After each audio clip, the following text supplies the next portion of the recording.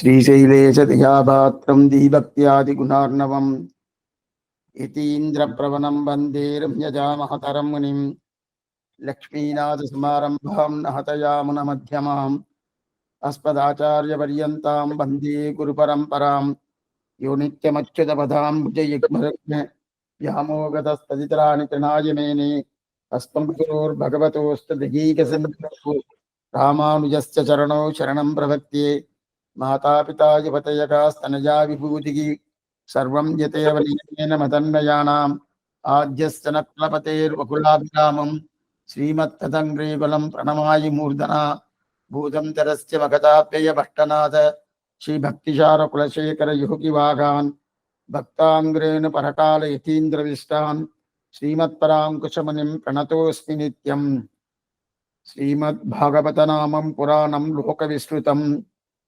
शृणुयात् श्रद्धया युक्तः मम सन्तोषकारणम् श्रीमद्भागवती भर्ता सुराणामपि दुर्लभा मेदिरी भगवद्रूपं शास्त्रं भागवतं कलौ यत्र यत्र चतुर्वक्त्र श्रीमद्भागवतं भवेत् गच्छामि तत्र तत्रागं गौर्यदा सुधवत्सला निकमकल्पतोर्कलितं फलं सुखमत् अमृतत्रयसंयुतं पिपित भागवतं रसमालयं गुरुरोतुरार्सिक पुरी बाहुकाः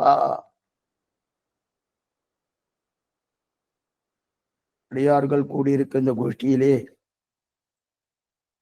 ஸ்ரீமத் பாகவதம் என்று சொல்லக்கூடிய ஆச்சரியமான கிரந்தத்தை அனுபவிக்க வேண்டும் என்பது நியமனம். அந்த நியமனத்தை செய்வதற்கொண்டு சில நாட்களுக்கு பாகவத புராணத்தை அனுபவிக்கலாம் என்று அபிப்பிராயம் நமக்கு. இந்த அபிப்பிராயத்தை கண்ணனென்பிரான் தலை கட்டி கொடுக்க வேண்டும்.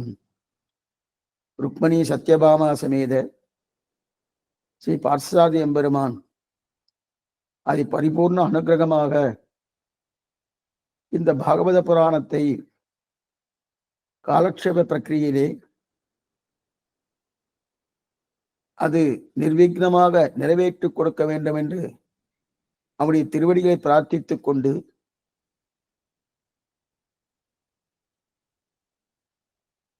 அதனுடைய விஷயங்கள் என்னன்னு பார்ப்போம். பாகவதம் என்பது புராணங்களிலே ஒன்று. ஏனாலும் இந்த புராணம் என்பது உலக பிரசித்தி பெற்ற புராணம். இது சாமானியப்பட்டதல்ல.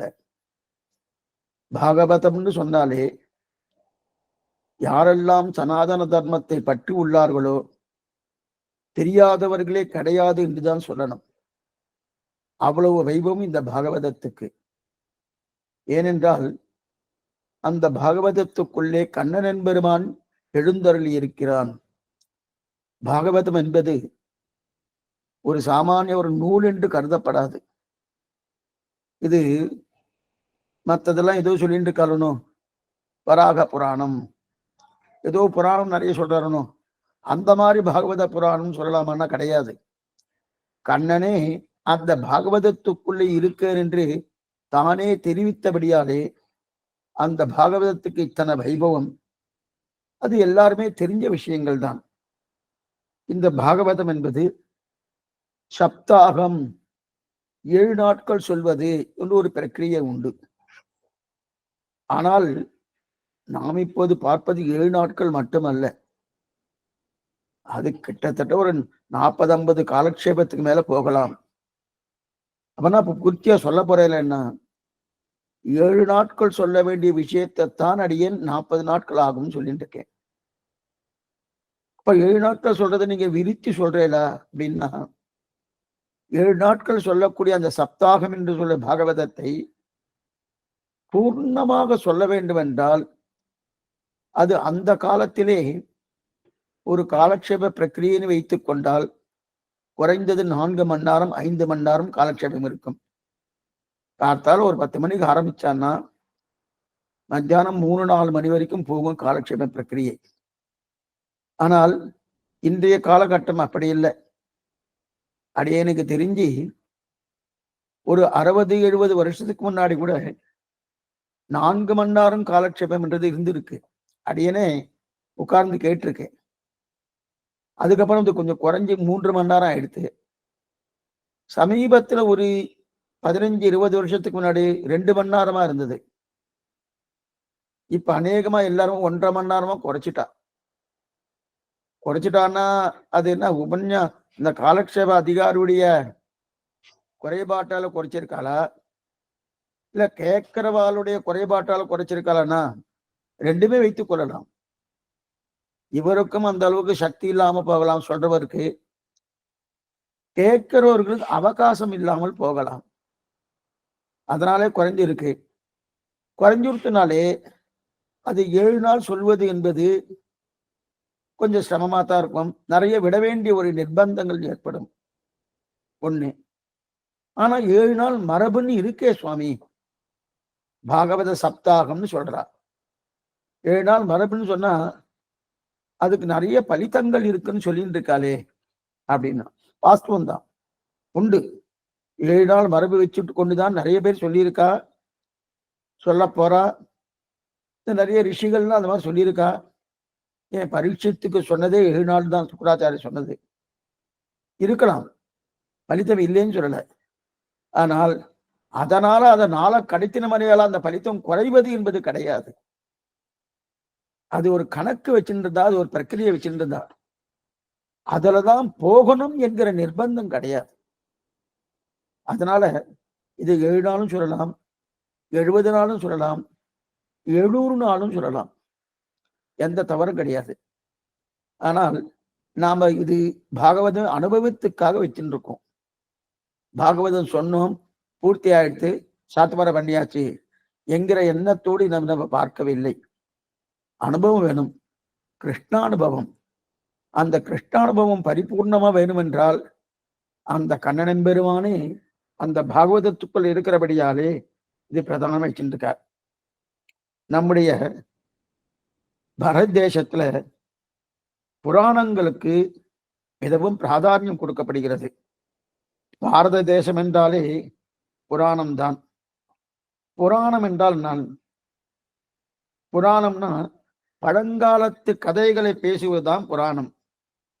ஆனால் பழங்காலத்து கதைகள் பேசுறதுன்னா இப்ப கேட்டா கூட புதியதாக அர்த்தத்தை கொடுக்கும்படியான ஒரு தன்மையோடு அது காட்டி கொடுக்கும்.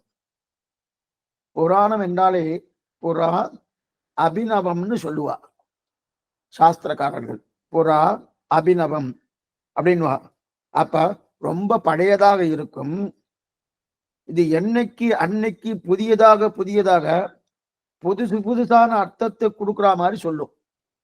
அதே அர்த்தங்கள் தான். புராணங்கள் ஏதாவது மாறுமானா மாறாது, அதே அர்த்தத்தை சொல்றது. ஆனா இதுல என்ன ஒரு கருத்து என்றால், சாமானியமா லோகத்துல என்ன சொல்லுவார்னா, சுவாமி அந்த புராணங்கள்லாம் அவெல்லாம் 5000 வருஷத்துக்கு முன்னாடி சொல்லியிருக்கா, அன்னைக்கு அது ஒத்து போயிடுத்து, இந்த காலகட்டத்துக்கு ஒத்து போகுமா அப்படின்னு கேட்கிறா பாருங்க. இந்த பாகவத புராணம் என்றது இந்த காலகட்டம் அல்ல, இன்னும் 10,000 காலம் அறிந்தாலும், இன்னும் 10 லட்சம் காலம் போனாலும் இது ஒத்து போகும்னு என்ன அர்த்தம்னா, அந்தந்த காலகட்டத்துக்கு தகுந்தாற் போல இது இருக்கும். அப்ப இது மாறுமா? மாறாது, இதே நிலைதான். புராணங்கள் மாறுமான்னா மாறாது. ஆனா அந்த வாக்கியத்தை பார்க்கும்போது அதோடு பொருந்தி இருக்கிற மாதிரி இருக்கும். அதுதானே. ரெண்டாவது, இந்த புராணங்களுடைய நிலை என்னவென்றால், சாஸ்திரம் இருக்கு, வேதாந்தங்கள் இருக்கு இல்லையா, அந்த வேதாந்தங்களை வெறுமனே நம்ம வாசிச்சுட்டு அதோடைய அர்த்தத்தை நம்மளால சொல்ல முடியாது. அப்ப இதிகாசங்களுடைய துணை என்ன, புராணங்களுடைய துணை என்ன, இதை ரெண்டை வைத்துக் கொண்டுதான் வேதாங்கங்களின் அர்த்தத்தை நம்ம என்ன சொல்லணும். இந்த ரெண்டுமே வேதாந்தங்கள் என்ன, இதிகாச புராணங்கள் என்ன, இதெல்லாம் பாரத தேசத்துல உயிர் நாடினே சொல்லலாம், ஆதாரமாக சொல்லலாம். அதிலே புராணங்கள் 18 புராணங்கள், 6 சாத்விக புராணங்கள், 6 ராஜச புராணங்கள், 6 தாமச புராணங்கள்னு தெரிகிறார். இந்த புராணங்களை இதுல ஒண்ணும் நிர்பந்தமே கிடையாது, எல்லாரும் கேட்கலாம். இன்னார் கேட்கலாம், இன்னார் கேட்கப்படாது என்கிற நிலையே கிடையாது. சிலதெல்லாம் நம்ம ரகசிய கிரந்தங்கள்னு சொல்றோமோனோ ஸ்ரீ வைஷ்ணவ சம்பிரதாயத்துல, அதுக்கு சில சில நிர்பந்தங்கள்லாம் சொல்லப்பட்டிருக்கு. ஆனா அந்த நிர்பந்தங்கள்லாம் கடைபிடிக்கிறான்றது வேற விஷயம். ஆனா அந்த மாதிரி நிர்பந்தங்கள் இது இருக்கான்னா கிடையாது. யாருக்கு இது ஆசையுடையோர்க்கெல்லாம் ஆரியர்கால் கூறும் என்று யாருக்கு இதுல ஆசை இருக்கோ அவ அத்தனை பேரும் இந்த புராணத்தை கேட்கலாம். கேட்டா என்ன சுவாமி கிடைக்கும்? கண்ணன் பெருமாவுடைய பரிபூர்ணமான அனுகிரகம் கிடைக்கும். அவர் அனுகிரகம் கிடைச்சா அதுக்கு மேல வேற என்ன சுவாமி வேணும்? வேற எதுவும் தேவையில்லையே. ஆக புராணங்கள் 18, சாத்விக புராணம், தாமச புராணம், ராஜச புராணம் என்று 6 குணங்கள். இதுல சாத்விக புராணங்கள் என்பது ஒரு நிலை, ராஜச புராணங்கள் என்பது ஒரு நிலை, தாமச புராணம் என்பது ஒரு நிலை. அப்பனா இதுல இருந்து என்ன தெரியுதுன்னா, இந்தந்த புராணங்களுக்கும் 3 குணங்கள் உண்டு. நமக்கே 3 குணங்கள் உண்டு. சத்துவகுணம் உண்டு, தமோகுணம் உண்டு, ரஜோகுணங்கள் உண்டு. இந்த புராணம் எல்லாத்தையும் கொடுத்தது பிரம்மாதான். அந்த பிரம்மா தன்னுடைய தாமச குணமா இருக்கும்போது சில சில புராணங்களை தெரிவிக்கிறார். ராஜச குணத்தோடு சில சில புராணங்களை தெரிவிக்கிறார். சத்துவகுணத்தோடு சில சில புராணங்களை தெரிவிக்கிறார். அதுதான் அது. இந்த இடத்துல நமக்கு 3 குணங்கள் சொன்னேன்னு, அதுல 2 குணத்தை கழிச்சுட்டு ஒரு குணத்தை பிரதானமா எடுக்கணும். 2 தடவை கழிக்கணும்னா பூர்த்தியா தள்ள முடியாது. 2 குணத்தை குறைக்கலாம். எந்த குணத்தை சுவாமி? தமோ குணத்தையும் சத்துவகுணத்தையும் குறைச்சிட்டு ரஜோகுணம் வச்சுக்கலாமா? அல்லது ரஜோகுணத்தையும் சத்துவகுணத்தையும் தள்ளிட்டு தமோ குணத்தை வைத்துக் கொள்ளலாமான்னா கிடையாது. தமோ குணத்தையும் ரஜோகுணத்தையும் தள்ளிவிட்டு அல்லது குறைத்து விட்டு சத்துவகுணத்தை மேலோங்கி கொள்ளக்கூடிய ஒரு தன்மை தெரியணும். அதுதான் பிரதானமா இருக்கும். சரி சுவாமி, இந்த மாதிரி இருக்குன்னு எப்படி தெரிஞ்சுக்கிறது? இவருக்கு தமோகுணம் இருக்கு எப்படின்னு தெரிஞ்சுக்கிறது? இவருக்கு ரஜோகுணம் இருக்கு எப்படி தெரிஞ்சுக்கிறது? இவருக்கு சத்துவகுணம் இருக்கு அப்படின்னு எப்படி தெரிஞ்சுக்கிறது? சாதாரண லோகத்துல எப்படி சொல்லுவா? ஒருத்தர் கருப்பா இருக்கான்னா அவருடைய திருமேனியை பார்த்து உடம்ப பார்த்து சுவாமி இவர் கருப்பு வர்ணத்தோடு கூடியவர், கருப்பா இருக்காருன்னு தெரியுது. ஒருத்தர் உயரமா இருக்காருன்னா பார்த்து தெரிஞ்சுக்கலாம். அதே போல ஒருத்தர் வெள்ளையா இருக்காருன்னா பார்த்து தெரிஞ்சுக்கலாம். ஒருத்தர் முகபாவத்தை பார்த்து இதெல்லாம் இப்படியா இருக்குன்னு தெரிஞ்சுக்கலாம். அதே போல இவர் சத்துவகுணத்தோடு கூடியவர்னு எப்படி தெரிஞ்சுக்கிறது? இவர் ரஜோகுணத்தோடு கூடியவர்னு எப்படி தெரிஞ்சுக்கிறது? இவர் தமோகுணத்தோடு கூடியவர்னு எப்படி தெரிஞ்சுக்கிறது? இதெல்லாம் தெரியுமான்னா தெரியும். நமக்கு நாமே பரிசோதனை பண்ணி பார்த்து கொள்ளலாம். நமக்கு நாமே நன்னா பரிசோதனை பண்ணிக்கலாம். என்ன பரிசோதனை பண்ணலாம்னா, நல்லா பாருங்க, என் இடத்துல இன்னைக்கு அடைய ஏதோ ஒன்று படிக்கிறேன், ஏதோ ஒன்று புத்தகத்தை எடுத்து வாசிச்சுட்டு இருக்கேன். வாசிச்சுட்டு இருக்கச்சே நன்னா புரிபடுறது, நன்னா தெளிவா தெரியறது, சாந்தமா இருக்கு, ஆனந்தமா இருக்கு, இந்த மாதிரி இருக்குன்னா அது என்கிட்ட சத்துவகுணம் இருக்குன்னு அர்த்தம். அது மற்றொரு நாள் அந்த புத்தகத்தை எடுத்து படிச்சேன், ஏதோ தூக்கம் வர மாதிரி இருக்கு, ஏதோ ஆலசியமா இருக்கு, என்னவோ பண்ணலாமான்னு இருக்கு, அப்படியே தோண்டு போகணும்னு இருக்கு, கொஞ்சம் திமிரிண்டு இருக்கேன். இதுக்கெல்லாம் தமோகுணம்னு பேரு. அதே இன்னொரு நாள் என்ன ஆயிடுச்சுன்னா, ஒண்ணுமில்ல சுவாமி, எனக்கு இந்த புஸ்தகத்துல பார்க்கறது விருப்பமே இல்லை. யார் என்னென்ன பண்றா, அவாவோட காரியம் என்ன, அதுல என்ன குற்றம் கண்டுபிடிக்கலாம், அதுல என்னுடைய குணம் போயிட்டு இருக்கணும், அப்ப ரஜோகுணம் இருக்குன்னு அர்த்தம். இதெல்லாம் நாமே பரிசோதனை பண்ணி படிக்கலாம். அதனால்தான் குழந்தைகளை கார்த்தால படின்னு சொல்றதுக்கு காரணமே இதுதான். நிறைய குழந்தைகள் இன்னைக்கு என்ன ஆயிடுச்சுன்னா, ராத்திரில படிக்கிறா, கார்த்தால நன்னா தூங்குறா, சூரிய உதயம் ஆகி 8 மணி 9 மணிக்கு தான் எழுந்துக்கிறா. ரொம்ப தவறான கருத்து. கார்த்தால பிரம்ம முகூர்த்தம் இருக்கு இல்லையா, அப்ப சத்துவ குணங்கள் காலத்துல இருக்கு. காலத்துக்கு குணங்கள் தீண்ட போறது இல்லை. இருந்தாலும் அப்ப சத்துவகுணம் இருக்கக்கூடிய ஒரு நிலை, அந்த நிலையில படிச்சோம்னா நன்னா எவரும். அதுவும் குழந்தையா இருக்கச்சே படிக்கணும். குழந்தை என்னன்னா ஒரு 8 வயசுல இருந்து 25 வயசுக்குள்ள படிக்கணும். படிப்பெல்லாம் அப்பதான். இந்த சந்தை சொல்றதுன்றது இப்ப நமக்கெல்லாம் சந்தை சொல்றதெல்லாம் 50 வயசு ஆனதுக்கு அப்புறம் தான் இன்னைக்கு வந்துடும். ஏன்னா அநேகமா காலக்ஷேபத்துக்கு வந்தவாள் எல்லாரும் வயசு என்னன்னு பார்த்தா எபோ 50. என்ன சுவாமி, சிறு வயசுல யாரும் வரமாட்டானா? வரத்துக்கு விருப்பம் இல்லை, அதெல்லாம் இல்லை. ஆட்டம் சுவாமி, அதெல்லாம் முடிஞ்சதுக்கு அப்புறம் பாத்துக்கணும். அப்ப மனசு இல்ல, சரி. இப்ப மனசு இருக்கு, சரீரம் இடம் கொடுக்கல. எதுவும் சொல்ல வந்தேன்னா, அப்ப தமோ குணமோ ரஜோ குணமோ சத்துவ குணமோ நம்ம இடத்துல இருக்கு, நாமே நம்ம பண்ணிக்கலாம். இப்ப காத்தால எழுந்து நல்ல சுறுசுறுப்பா இருந்துன்னு வச்சுக்கேன், அப்ப சத்துவகுணம் இருக்குன்னு அர்த்தம். அதே இந்த இடத்துல கோபம் வந்துடுத்து, யாரை பார்த்தாலும் பிடிக்காம போயிடுது, ஏதோ ஒன்று பார்த்தா நல்லா ஆசை வருதுன்னு பார்த்தா, அப்ப அதுக்கு இருக்கிற ரஜோகுணம் இருக்குன்னு அர்த்தம். தூங்கிண்டே இருக்கேன், நல்லா தூக்கம் வருது, சோம்பலா இருக்குன்னா, அப்ப யாரை பார்த்தாலும் தப்பா நினைக்கிறேன்னு பார்த்தா அதுக்கு தமோ குணம் இருக்குன்னு அர்த்தம். ஏன்னா அந்த நேரத்துல ஒரு புஸ்தகத்தை 4 தடவை பார்த்தாலும் புரியாது, புரியுமான்னா புரியவே புரியாது. அப்ப இந்த 3ம் இவற்ற சத்துவகுணம் இருக்கும், இவற்ற ரஜோகுணம் இருக்கும், இவற்ற தமோகுணம் இருக்குன்ற நிலை கிடையாது. 3மே ஒருத்தட்ட இருக்கு. அந்த ஒருத்தட்ட இருக்கும்போது எப்ப சத்துவகுணம் அதிகமா இருக்கும், எப்ப ரஜோகுணம் அதிகமா இருக்கும், எப்ப தமோகுணம் அதிகமா இருக்கும், அவரவர்களுக்குள்ளேயே அவ வந்து பரீட்சை பண்ணி பார்த்துக்கலாம். ஒண்ணும் தவறே கிடையாது. இப்ப நம்ம எல்லாம் கேட்டுட்டு இருக்கோம், இப்ப சத்துவகுணம் இருக்குன்னு அர்த்தம். இல்லைன்னா பகவத் விஷயமே கேட்க வர மாட்டோமோ? எதுக்கு சுவாமி 1.5 மணி நேரம் உட்கார்ந்து வேற ஏதாவது கேளிக்கையில இருக்கலாம், வேற ஏதாவது ஒண்ணு பார்த்துட்டு இருக்கலாம் அப்படி இல்லையா? இப்ப அது நமக்கு சத்துவகுணம் இருக்கு, இதே பரீட்சை சத்துவகுணம் இருக்குன்னு தெரியறது இல்லையா? அதனால இப்ப ஒவ்வொருத்தரும் மாறி மாறி கஷ்டப்பட்டு ஒரு நாள் எல்லாம் இந்த தானே பாருங்க. அதனாலதான் சாத்விக குணம் இருந்தாலே ரொம்ப நல்லது. சாத்விக ஸ்ரத்த வேணும். அந்த சாத்விகத்தை ஒருத்தர் ராஜசா இருந்தாருனாலே அவருக்கு எதுவுமே பிடிபடாது. சாத்விக சத்துவகுணம், சத்துவகுண சத்தையோடு இருந்தான்னா நன்னா புரியும். 2வது, இன்னைக்கு புரியலன்னா கூட அடுத்த நாள் கொஞ்சம் நன்னா அமைதியா சாந்தமா நாம எப்படி இருக்கிறோமோ இருக்கபடி சாஸ்திரம் சொன்னபடி பெரியோர்கள் வாக்கியத்துப்படி கேட்டோம்னா நமக்கே கொஞ்சம் சத்துவகுணம் வந்துடும். அப்ப படிச்சு பார்த்தா நன்னா புரியும், நன்னா புரியும். இது சாமானியமா சொல்லுவா லோகத்துல 30 வருஷம் வாழ்ந்த வாழம் கிடையாது, 30 வருஷம் கெட்ட வாழம் கிடையாதுன்னு. ஏன்னா 30 வருஷம் ஒரு ராசி சக்கரம், 12 ராசிகள். அந்த ராசி சக்கரத்துக்குள்ள அப்படியே போயிட்டே இருக்கும். அது சுத்தி வர்றதுக்கு 30 வருஷம் ஆகும். 2 வருஷம் ஒரு ராசி, 2.5 வருஷம் ஒரு ராசி சக்கரத்துக்கு வச்சுட்டா என்ன ஆகுது? அந்த சனி பகவான் அப்படிதானே போயிட்டு இருக்கச்சே அது அடுத்து எங்க வரும்?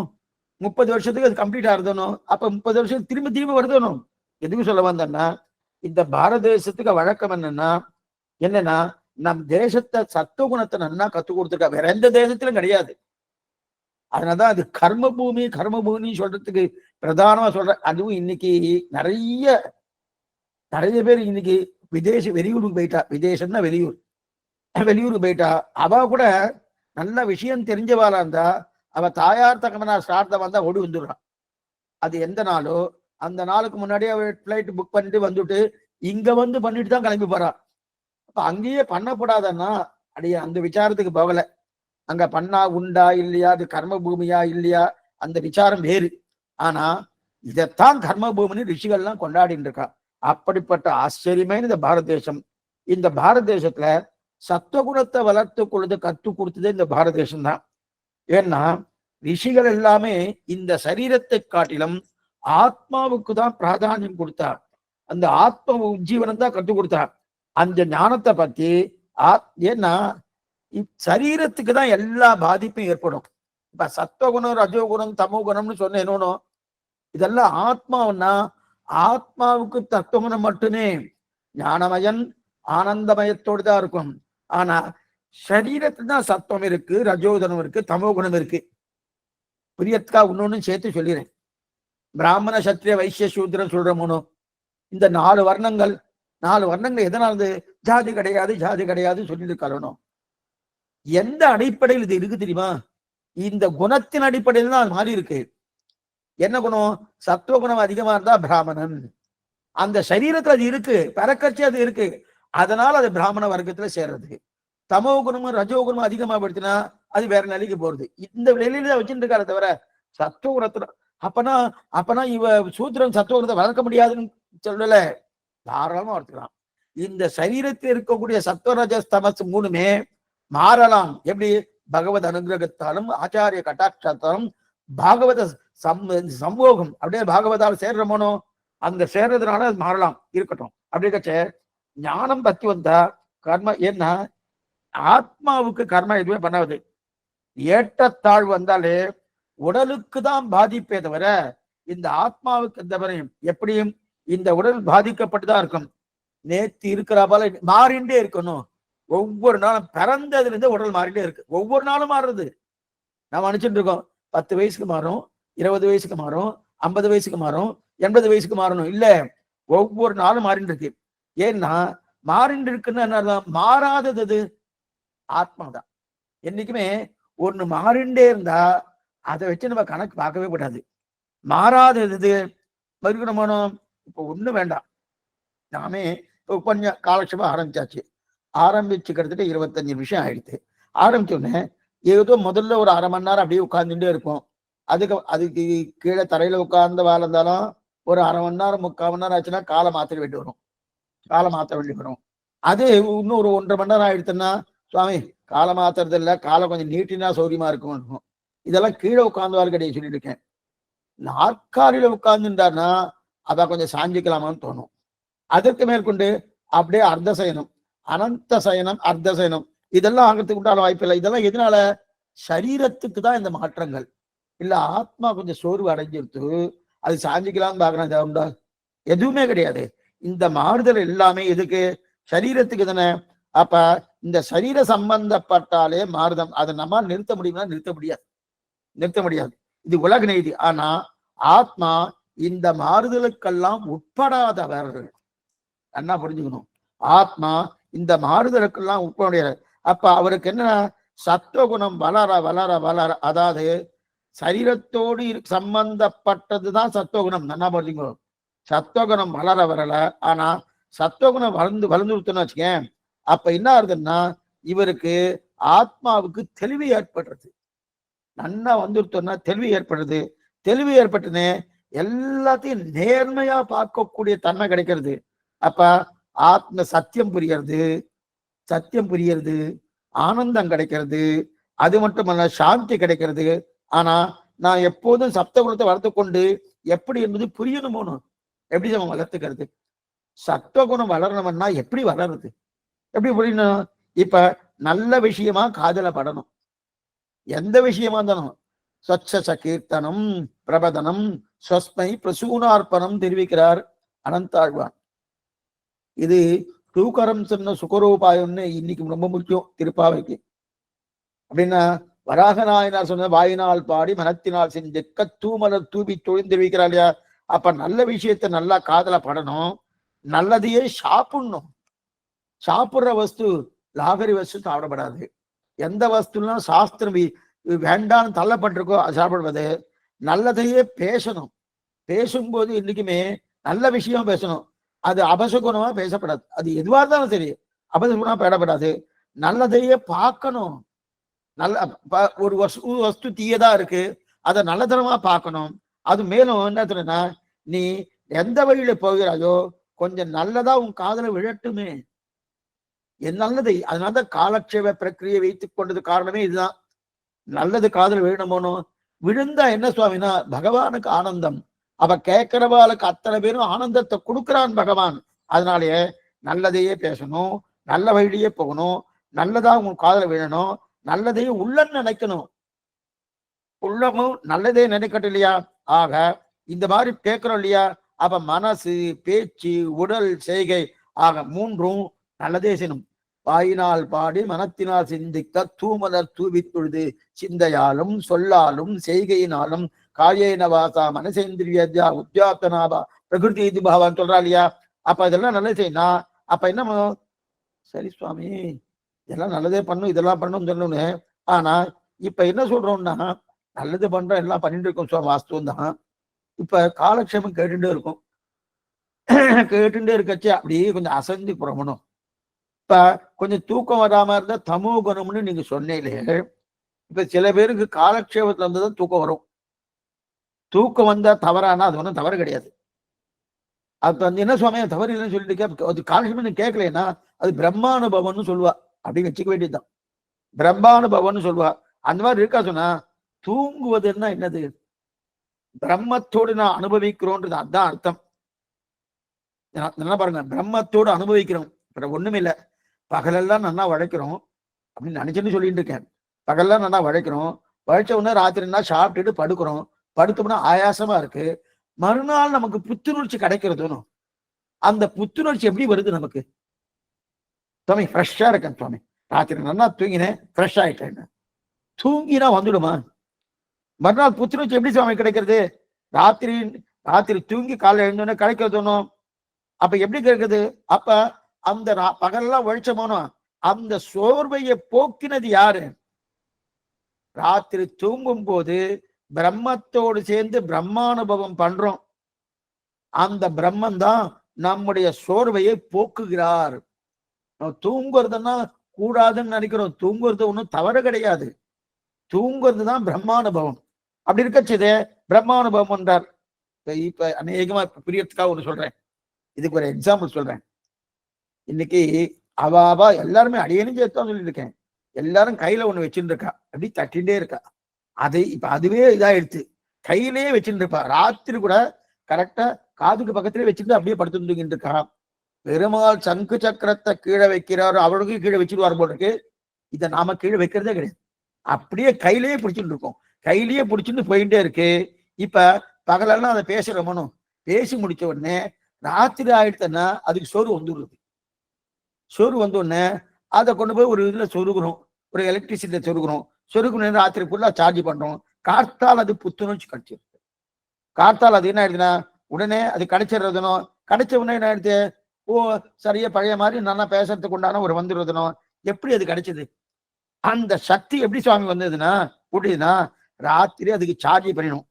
அதே போல பகலெல்லாம் நம்ம உழைக்கிறோமோ, உழைத்தபடியாலே ராத்திரியெல்லாம் என்ன பண்றாரு பிரம்மா அந்த சோர்வை, பிரம்மா இல்ல பிரம்மம் அந்த நம்முடைய சோர்வை அவர் தான் என்ன பண்றாருன்னா சோர்வு இல்லாம பண்றார். எது போல நமக்கு இந்த மொபைல்ல சார்ஜ் பண்ணுவா போல அவர் தான் ஏத்துறார்.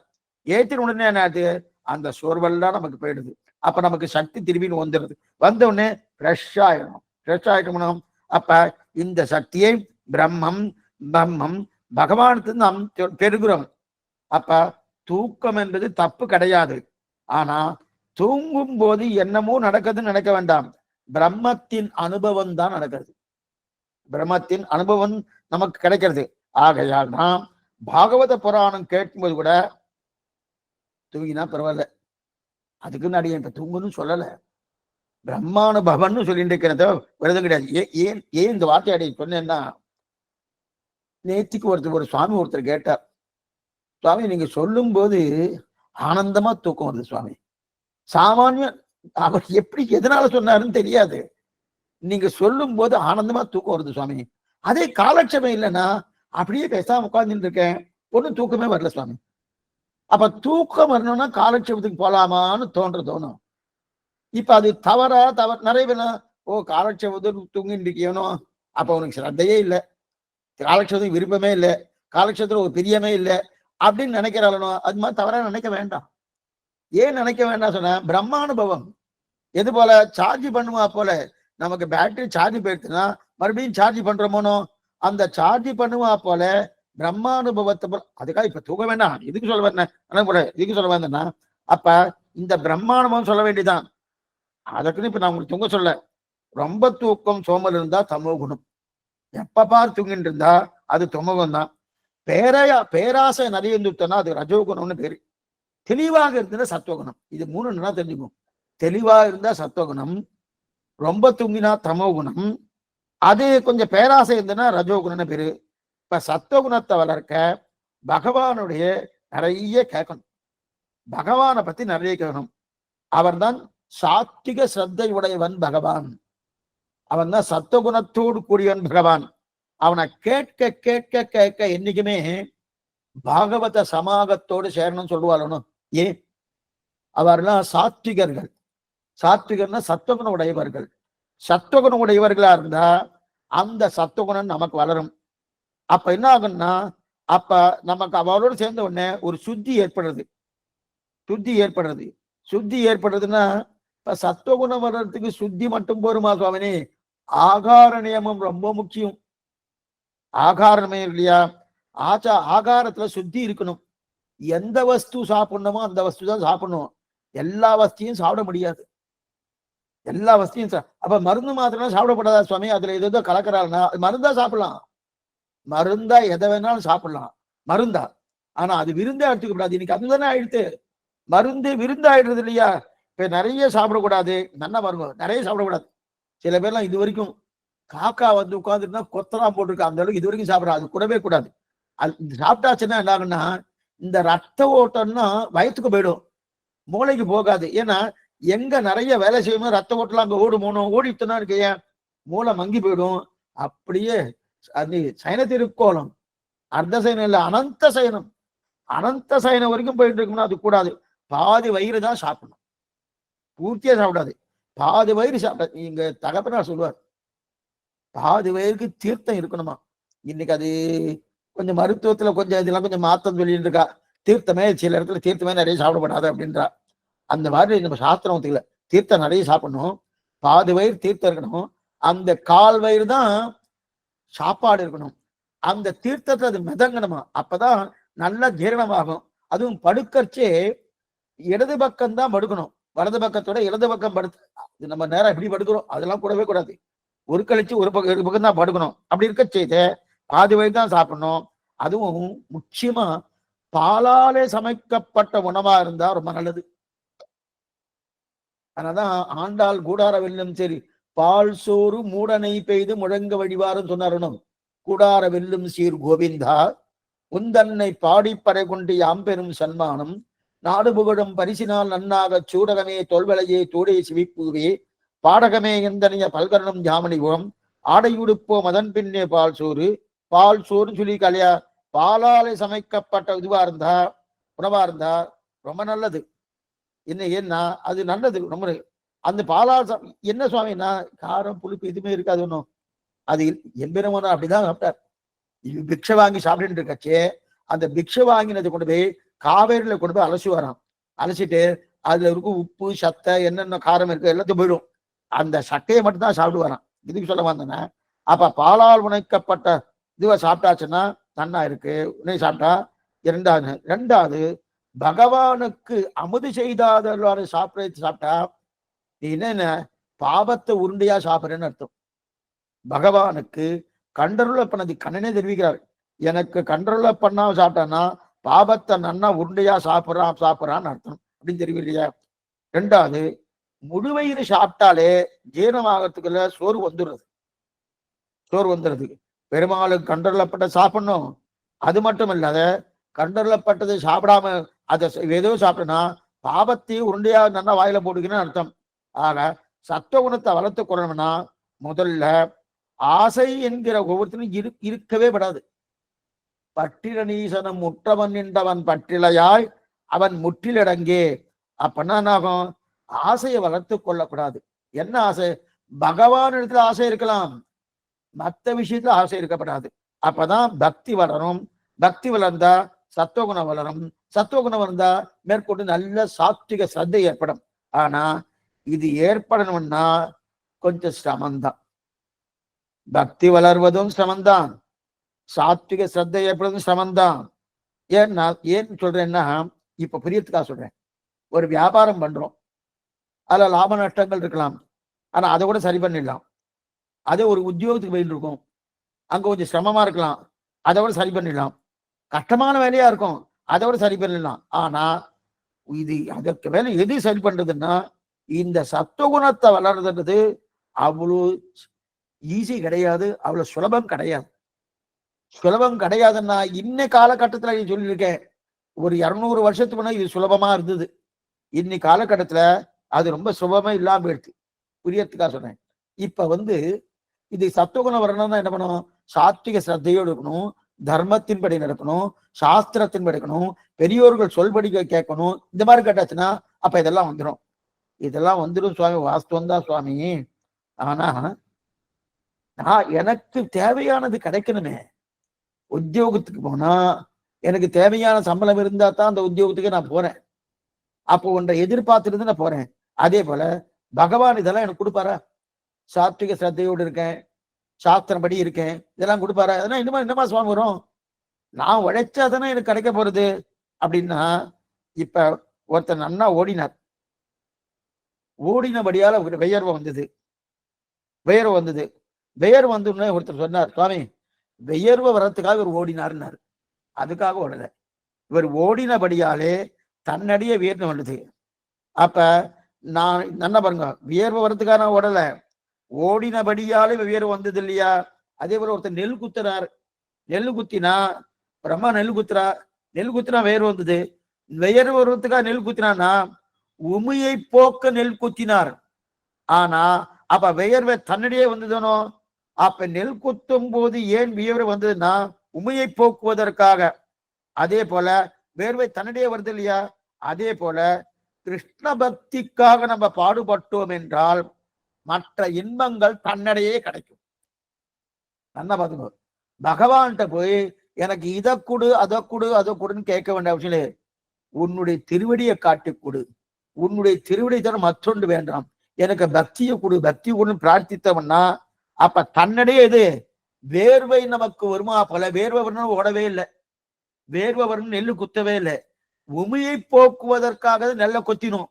அப்ப உமையை போக்குவதற்காக நெல்லு குத்தும் போது வேர்வை தன்னடைய வருமா? போலே எதுக்குன்னா பக்தி வேணும்னு கேட்டோம்னா மற்றதெல்லாம் தன்னடியே வருது, மற்ற இன்பங்கள் தன்னடி. ஏன்னா கண்ணனுக்கு இல்லாத சொத்தா? அகிலாண்ட கோடி பிரம்மாண்ட நாயகன் கண்ணன், சாமானியப்பட்டவன், அகிலாண்ட கோடி பிரம்மாண்ட நாயகன். அப்படி இருக்காச்சே எதுக்கு சகல பல பிரதோகு விஷ்ணுன்னு சொல்றது சாஸ்திரம். எல்லா பலத்தையும் கொடுப்பதற்கு பகவானுக்கு எல்லா விதமான யோகியதை அருகதை உண்டு. இருந்தாலும் அவர் கொடுக்கிறாருன்னா எதனால கொடுக்கிறாருன்னா அவரை கேட்டா தன்னதெல்லாம் வந்துடும். ஒண்ணுமே இல்லை. குச்சேலன் போனா சுதாமம் கேட்கறதுக்கு தான் போனார். தன்னுடைய மனைவி சொன்னா 16 குழந்தைகள் பட்னியா கிடக்கிறாளே, உன் நண்பன் தானே, போய் கேளுமே, உன் நண்பனுக்குத்தானே இதனால ஒரு குற்றப்பேர் வரும். ஓ கண்ணனுடைய நண்பன் இவ்வளவு சிரமப்பட்டு இருக்கானு, சமன் கண்ணன் பார்த்துன்னு பேசாம இருக்கானு, உங்க கண்ணனுக்குத்தான் குற்றம் வருன்றதுக்காக உன்னை அனுப்புறேன்னா சரி என்ன பண்றதுன்னு கொஞ்சம் அவளை வாங்கிட்டு போன உடனே அவர் என்னென்ன உபச்சாரங்கள் பண்ண எல்லா உபச்சாரமும் அந்த சரித்திரம் உங்களுக்கு தெரியும். கடைசியில அந்த உபச்சாரத்தை பெற்றுண்டு என்ன பண்ணா பேசாம வந்துட்டு கேட்கவே இல்லை, கேட்காம பேசாம வந்துட்டான். வெளியில வந்து நாம தான் நினைப்போம், ஐயோ மறந்துவிட்டு என்ன இது கேட்டிருக்கலாமேன்னு தோணுமானோ. வெளியில வந்து என்ன குச்சேரி சொல்றான், நல்ல வேலை நான் கேட்கலன்னா, நல்ல வேலை கேட்கணும். அவன் அன்பை பார்க்கறச்சே இதெல்லாம் கேட்டுக்கலாமா, கேட்டுக்கப்படாதே, கேட்கலையே, நல்ல காரியம் பண்ணேனே அப்படி. இப்ப மனைவிட்ட போய் என்ன சொல்லணும்? அதை பத்தி ஒரு கண்ணனுடைய அன்புதான் வேணும், அன்புதான் வேணும்னா. ஆனா ஆத்துக்கு வந்தவன எல்லாம் பங்களாவா போயிடுச்சு. ஒரு அன்பைதான் கேட்டாரு, கிடைச்சது என்ன? எல்லாமே கிடைச்சிட்டு. அதே போல நமக்கு என்னன்னா பகவான்கிட்ட பக்தியை பிரார்த்தித்தா போலும், எனக்கு நல்ல சுவாத்திக ஸ்ரத்தையை பிரார்த்தித்தா போலும். பிரார்த்தித்தா அது நன்னதரா வந்திருக்க இல்லையா? தன்னடியே கிட்டும்.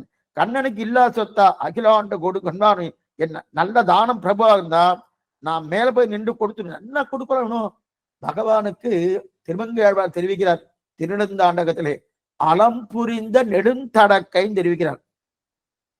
கொடுத்து கொடுத்தே சிவந்த கைகள், என்ன கொடுத்தோம்னு தெரியாது இருக்கக்கூடிய அலம் புரிந்த நெடுந்தடக்கை அப்படின்னு தெரிவிக்கிறார்.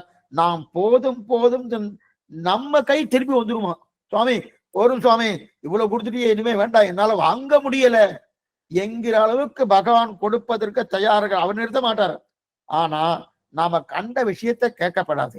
நீ வேணும், உன் பக்தி வேணும் கேட்டா இது ரொம்ப பெருசு. இருக்கிறதுல பெருசு தெரியுமா? நம்ம ரொம்ப சிறிய பலனை கேட்கிறோம். சிறிய பலனை கேட்டா சிறிசுதான் கிடைக்கும், பெரிய பலனை கேட்டா சிறியதும் கிடைக்கும். புரியறதுக்காக 1,00,000 ரூபாய் கேட்டேன். 1,00,000 ரூபாய் கேட்டுட்டு என்ன பண்ணார் ஒருத்தர், சுவாமி 1,00,000 ரூபாய் கேட்டுட்டேனே, 1000 ரூபாய் கேட்டுருக்கலாம், அதை கேட்டுட்டு 1,00,000 ரூபாய் கேட்டேன்னா அந்த 1000 ரூபாய்க்குள்ள 1000 ரூபாய் 1,00,000 ரூபாய்க்குள்ள இருக்கா இல்லையா? இருக்குதுன்னு அது அசலுக்கு தெரியல. 1000 ரூபாய் கேட்காம 1,00,000 ரூபாய் கேட்டேனே அப்படின்னு என்ன அர்த்தம்னா இவர் 1000 ரூபாய் பெருசுன்னு நினைச்சிட்டு இருக்காரு. பெருசு கேட்டா சிறியது தன்னடையே அதுக்குள்ள இருக்கும், சிறியது கேட்டா அந்த பெரியது ஒரு மனம் வராது. இப்ப பகவான்கிட்ட நம்ம கேட்கறதுல எது பெரியது? இருக்கிறதுலே பெரியது எது? அவன் தான் பெரியவன். அவனை காட்டிலும் பெரியவன் இதுவே கிடையாது. நதஸ்யமஸ்ய அப்பியதிகஸ்ய திருஷ்யத்தே ஒத்தார் மிக்கார இளையாய மாமாய ஒத்தாய் எப்பொருட்கும் உயிராய். அப்படி இருக்கச்சே தன் ஒப்பார் இல்லப்பன் என்னப்பன் எனக்காயுகுலா என்னை பெற்றவளாய் பொன்னப்பன் மணியப்பன் முத்தப்பன் விண்ணப்பனவாய் மின்னப்பன் மதில் சூழ் திருவிண்ணகர் சேர்ந்தப்பன் தன் ஒப்பார் இல்லப்பன். அவனுக்கு ஒப்பில்லாதவன், சமமானவன் கிடையாது, மேம்பட்டவன், அவன் தான் பெரியவன். அப்ப பெரியவனாக இருக்கக்கூட அந்த அந்த பெரியது கொட்டுட்டோம் வச்சுக்க, அதுக்குள்ள சிறியது வந்துடும். அப்ப பெரியது எது? அவன் பகவானுக்கு நீ வந்தா போறோம், உன்னிடத்துல பக்தி எனக்கு தேவை, அந்த பக்தி கொடு, பக்தி கொடுன்னு கேட்டா தன்னடையே சிறியதெல்லாம் கிட்டும். இது போல ₹1,00,000 கேட்டா அதற்குள்ள ₹1000 அடக்கணும், சிறியதெல்லாம் கிட்டும். ஆனா சிறியது கேட்டால் பெரியது கிடைக்குமானா கிடைக்காது. ரொம்ப சிம்பிள் லாஜிக் இது. நாம என்ன நினைக்கிறோம், நாம ஆத்துக்கு ஏதோ இன்னைக்கு ஜுரமா இருக்கு, அந்த ஜுரத்தை போக்குறியா அப்படின்னு கேட்கிறோம். கண்ணா நீ வந்துரு எங்க ஆத்துக்கு, நீ தான் எங்க ஆத்துல நடத்தணும், நீ தான் எங்க ஆத்துல இருக்கணும். அப்ப ஜுரம் இருக்குமா?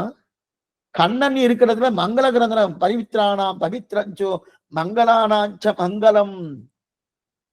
அப்ப எல்லா மங்களங்களுக்கு இருப்பிடமாக இருக்கக்கூடிய கண்ணனே வந்ததுக்கு அப்புறம் அங்க அமங்கலம் இருக்குமா?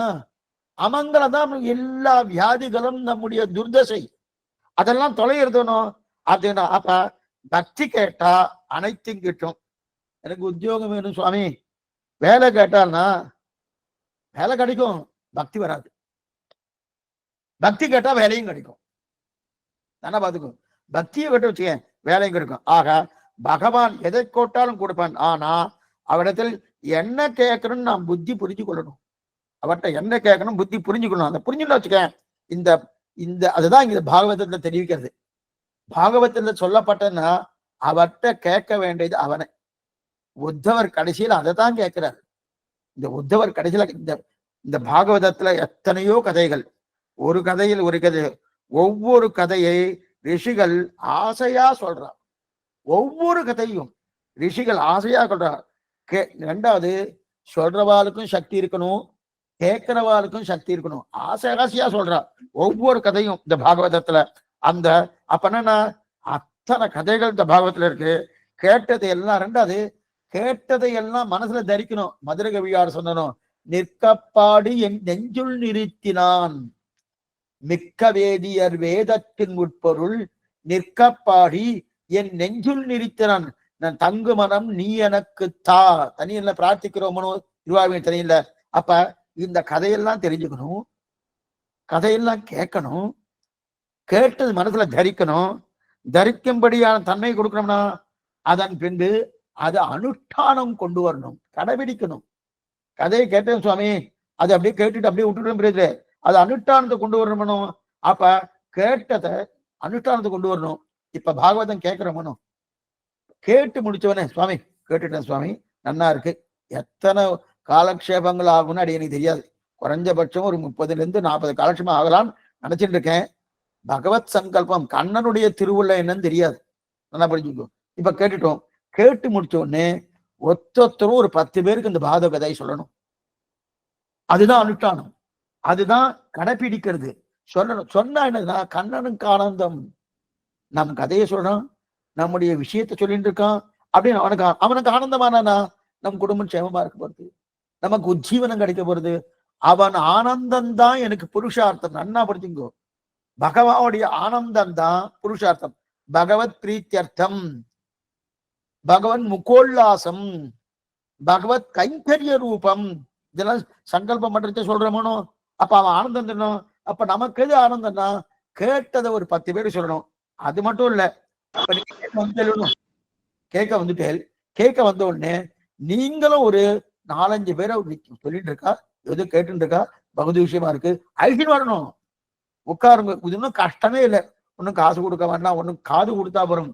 செய்யும் கிரிசைகள் கேளீரோ, 2ஆம் பாட்டுல தெரிவிக்கிற ஆண்டாள், வையத்து வாழ்வீர்கள், இந்த வையகத்தை கொண்டாடுறா, ஓ வாழ்ச்சி வையகத்திலேன்றா. அப்படின்னா இங்கதானே கேட்டு இருக்க, பாகவதம்லாம் இங்கதானே இருக்கு. அதனால செய்யும் கிரிசைகள் கேளீரோ, சொன்னால் விரோதம் இது ஆகிலும் சொல்லுவன் கேள்வின்னு ஆழ்வா தெரிவிக்கிறா இல்லையா. அப்ப நம்ம பாரத தேசமே என்னன்னா சொன்ன அத்தனையும் நன்னா 10 பேருக்கு சொன்னா அது நன்மை. பாகவத புராணம் நல்லா பார்த்துக்கணும், சம்பிரதாயத்தின்படி சொல்லணும்னாலே அதுக்கு பாகவத சப்தாக விதிப்படி 7 நாட்கள். இது நிறைய பேர் என்கிட்ட கேட்டா, 7 நாளும் சொல்லியிருக்கல சுவாமி, நீங்க நிறைய நாள் சொல்லணும்னு சொல்லியிருக்கேன், அந்த மாதிரி இருக்கா அப்படின்னு கேட்டா, இருக்கு. அடிக்கடி இந்த மாதிரி விஷயத்த சொல்லிட்டு மேற்கொண்டு சொல்லிட்டு தான் வந்துட்டு இருக்கேன். இருக்கு. எத்தனை நாள் வேணா சொல்லலாம், திரும்ப திரும்ப சொல்லலாம், சொன்னத்தையே திரும்பி திரும்பி சொல்லலாம். ஏன்னா நம்ம பார்த்த விஷயத்தையே எத்தனை தடவை பார்த்துட்டு இருக்கோம். இந்த நாடகத்தெல்லாம் என்னைக்கோ பார்த்துருப்போம், 10 தடவை பார்த்துருப்போம். சுவாமி பார்க்கறதுக்கு நல்லா இருக்கு சுவாமி, நிறைய பார்க்கறானோ.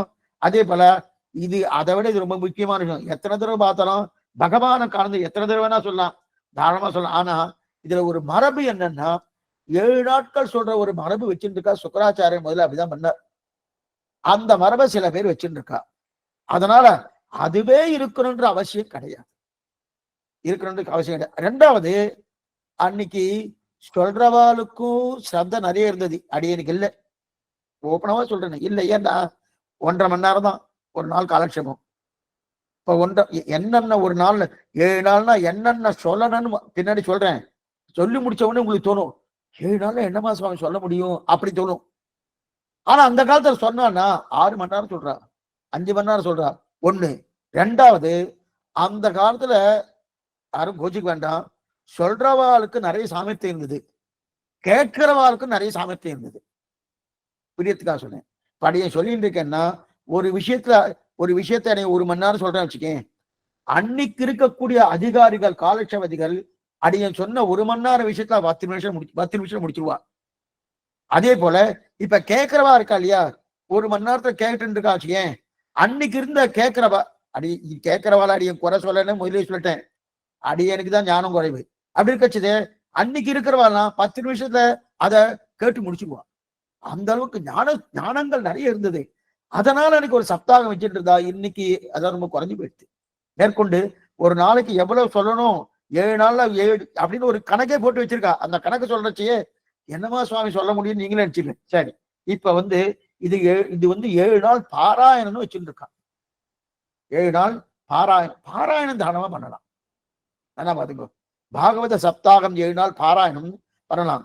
பாகவத காலட்சேபம்ன்றது கொஞ்சம் சிரமம் தான் சுவாமி. இப்ப சமீபத்துல நிறைய பேர் பண்ணியிருக்காளேன்னா, பண்ணியிருக்கா இல்லைன்னு சொல்லல, பண்ணியிருக்கா, தாராளமா பண்ணலாம். அவளுக்கு சாமர்த்தியம் இருக்கு, அடியனுக்கு அந்த சாமர்த்தியம் இல்லை, இப்படிதான் சொல்ல முடியும். எது சொல்லுவேன்னா, பாராயணம் தாராளம் பண்ணலாம். அத்தனையும் இது. ரெண்டாவது, இத பண்ண என்னன்னா, நமக்கு உயர்ந்த கதியை கொடுக்கிறது. உயர்ந்த கதியிற்கு அவர்களுக்கு இருக்கக்கூடிய பாவங்கள் அத்தனையும் தொலைந்து எந்தெந்த ஆத்மா எந்தெந்த சொர்க்க கதி என்ன, உயர்ந்த கதி என்ன, அந்தந்த கதிக்கு போகக்கூடிய தன்மை அந்தந்த ஆத்மா கிடைக்கிறது. அது மட்டுமல்ல, இன்னொன்னு என்னன்னா, பாகவத புராணம் கேட்டபடியாலே பக்தி என்ற பெண்ணுக்கு ஒரு சிறப்பு நடந்து இருக்கா.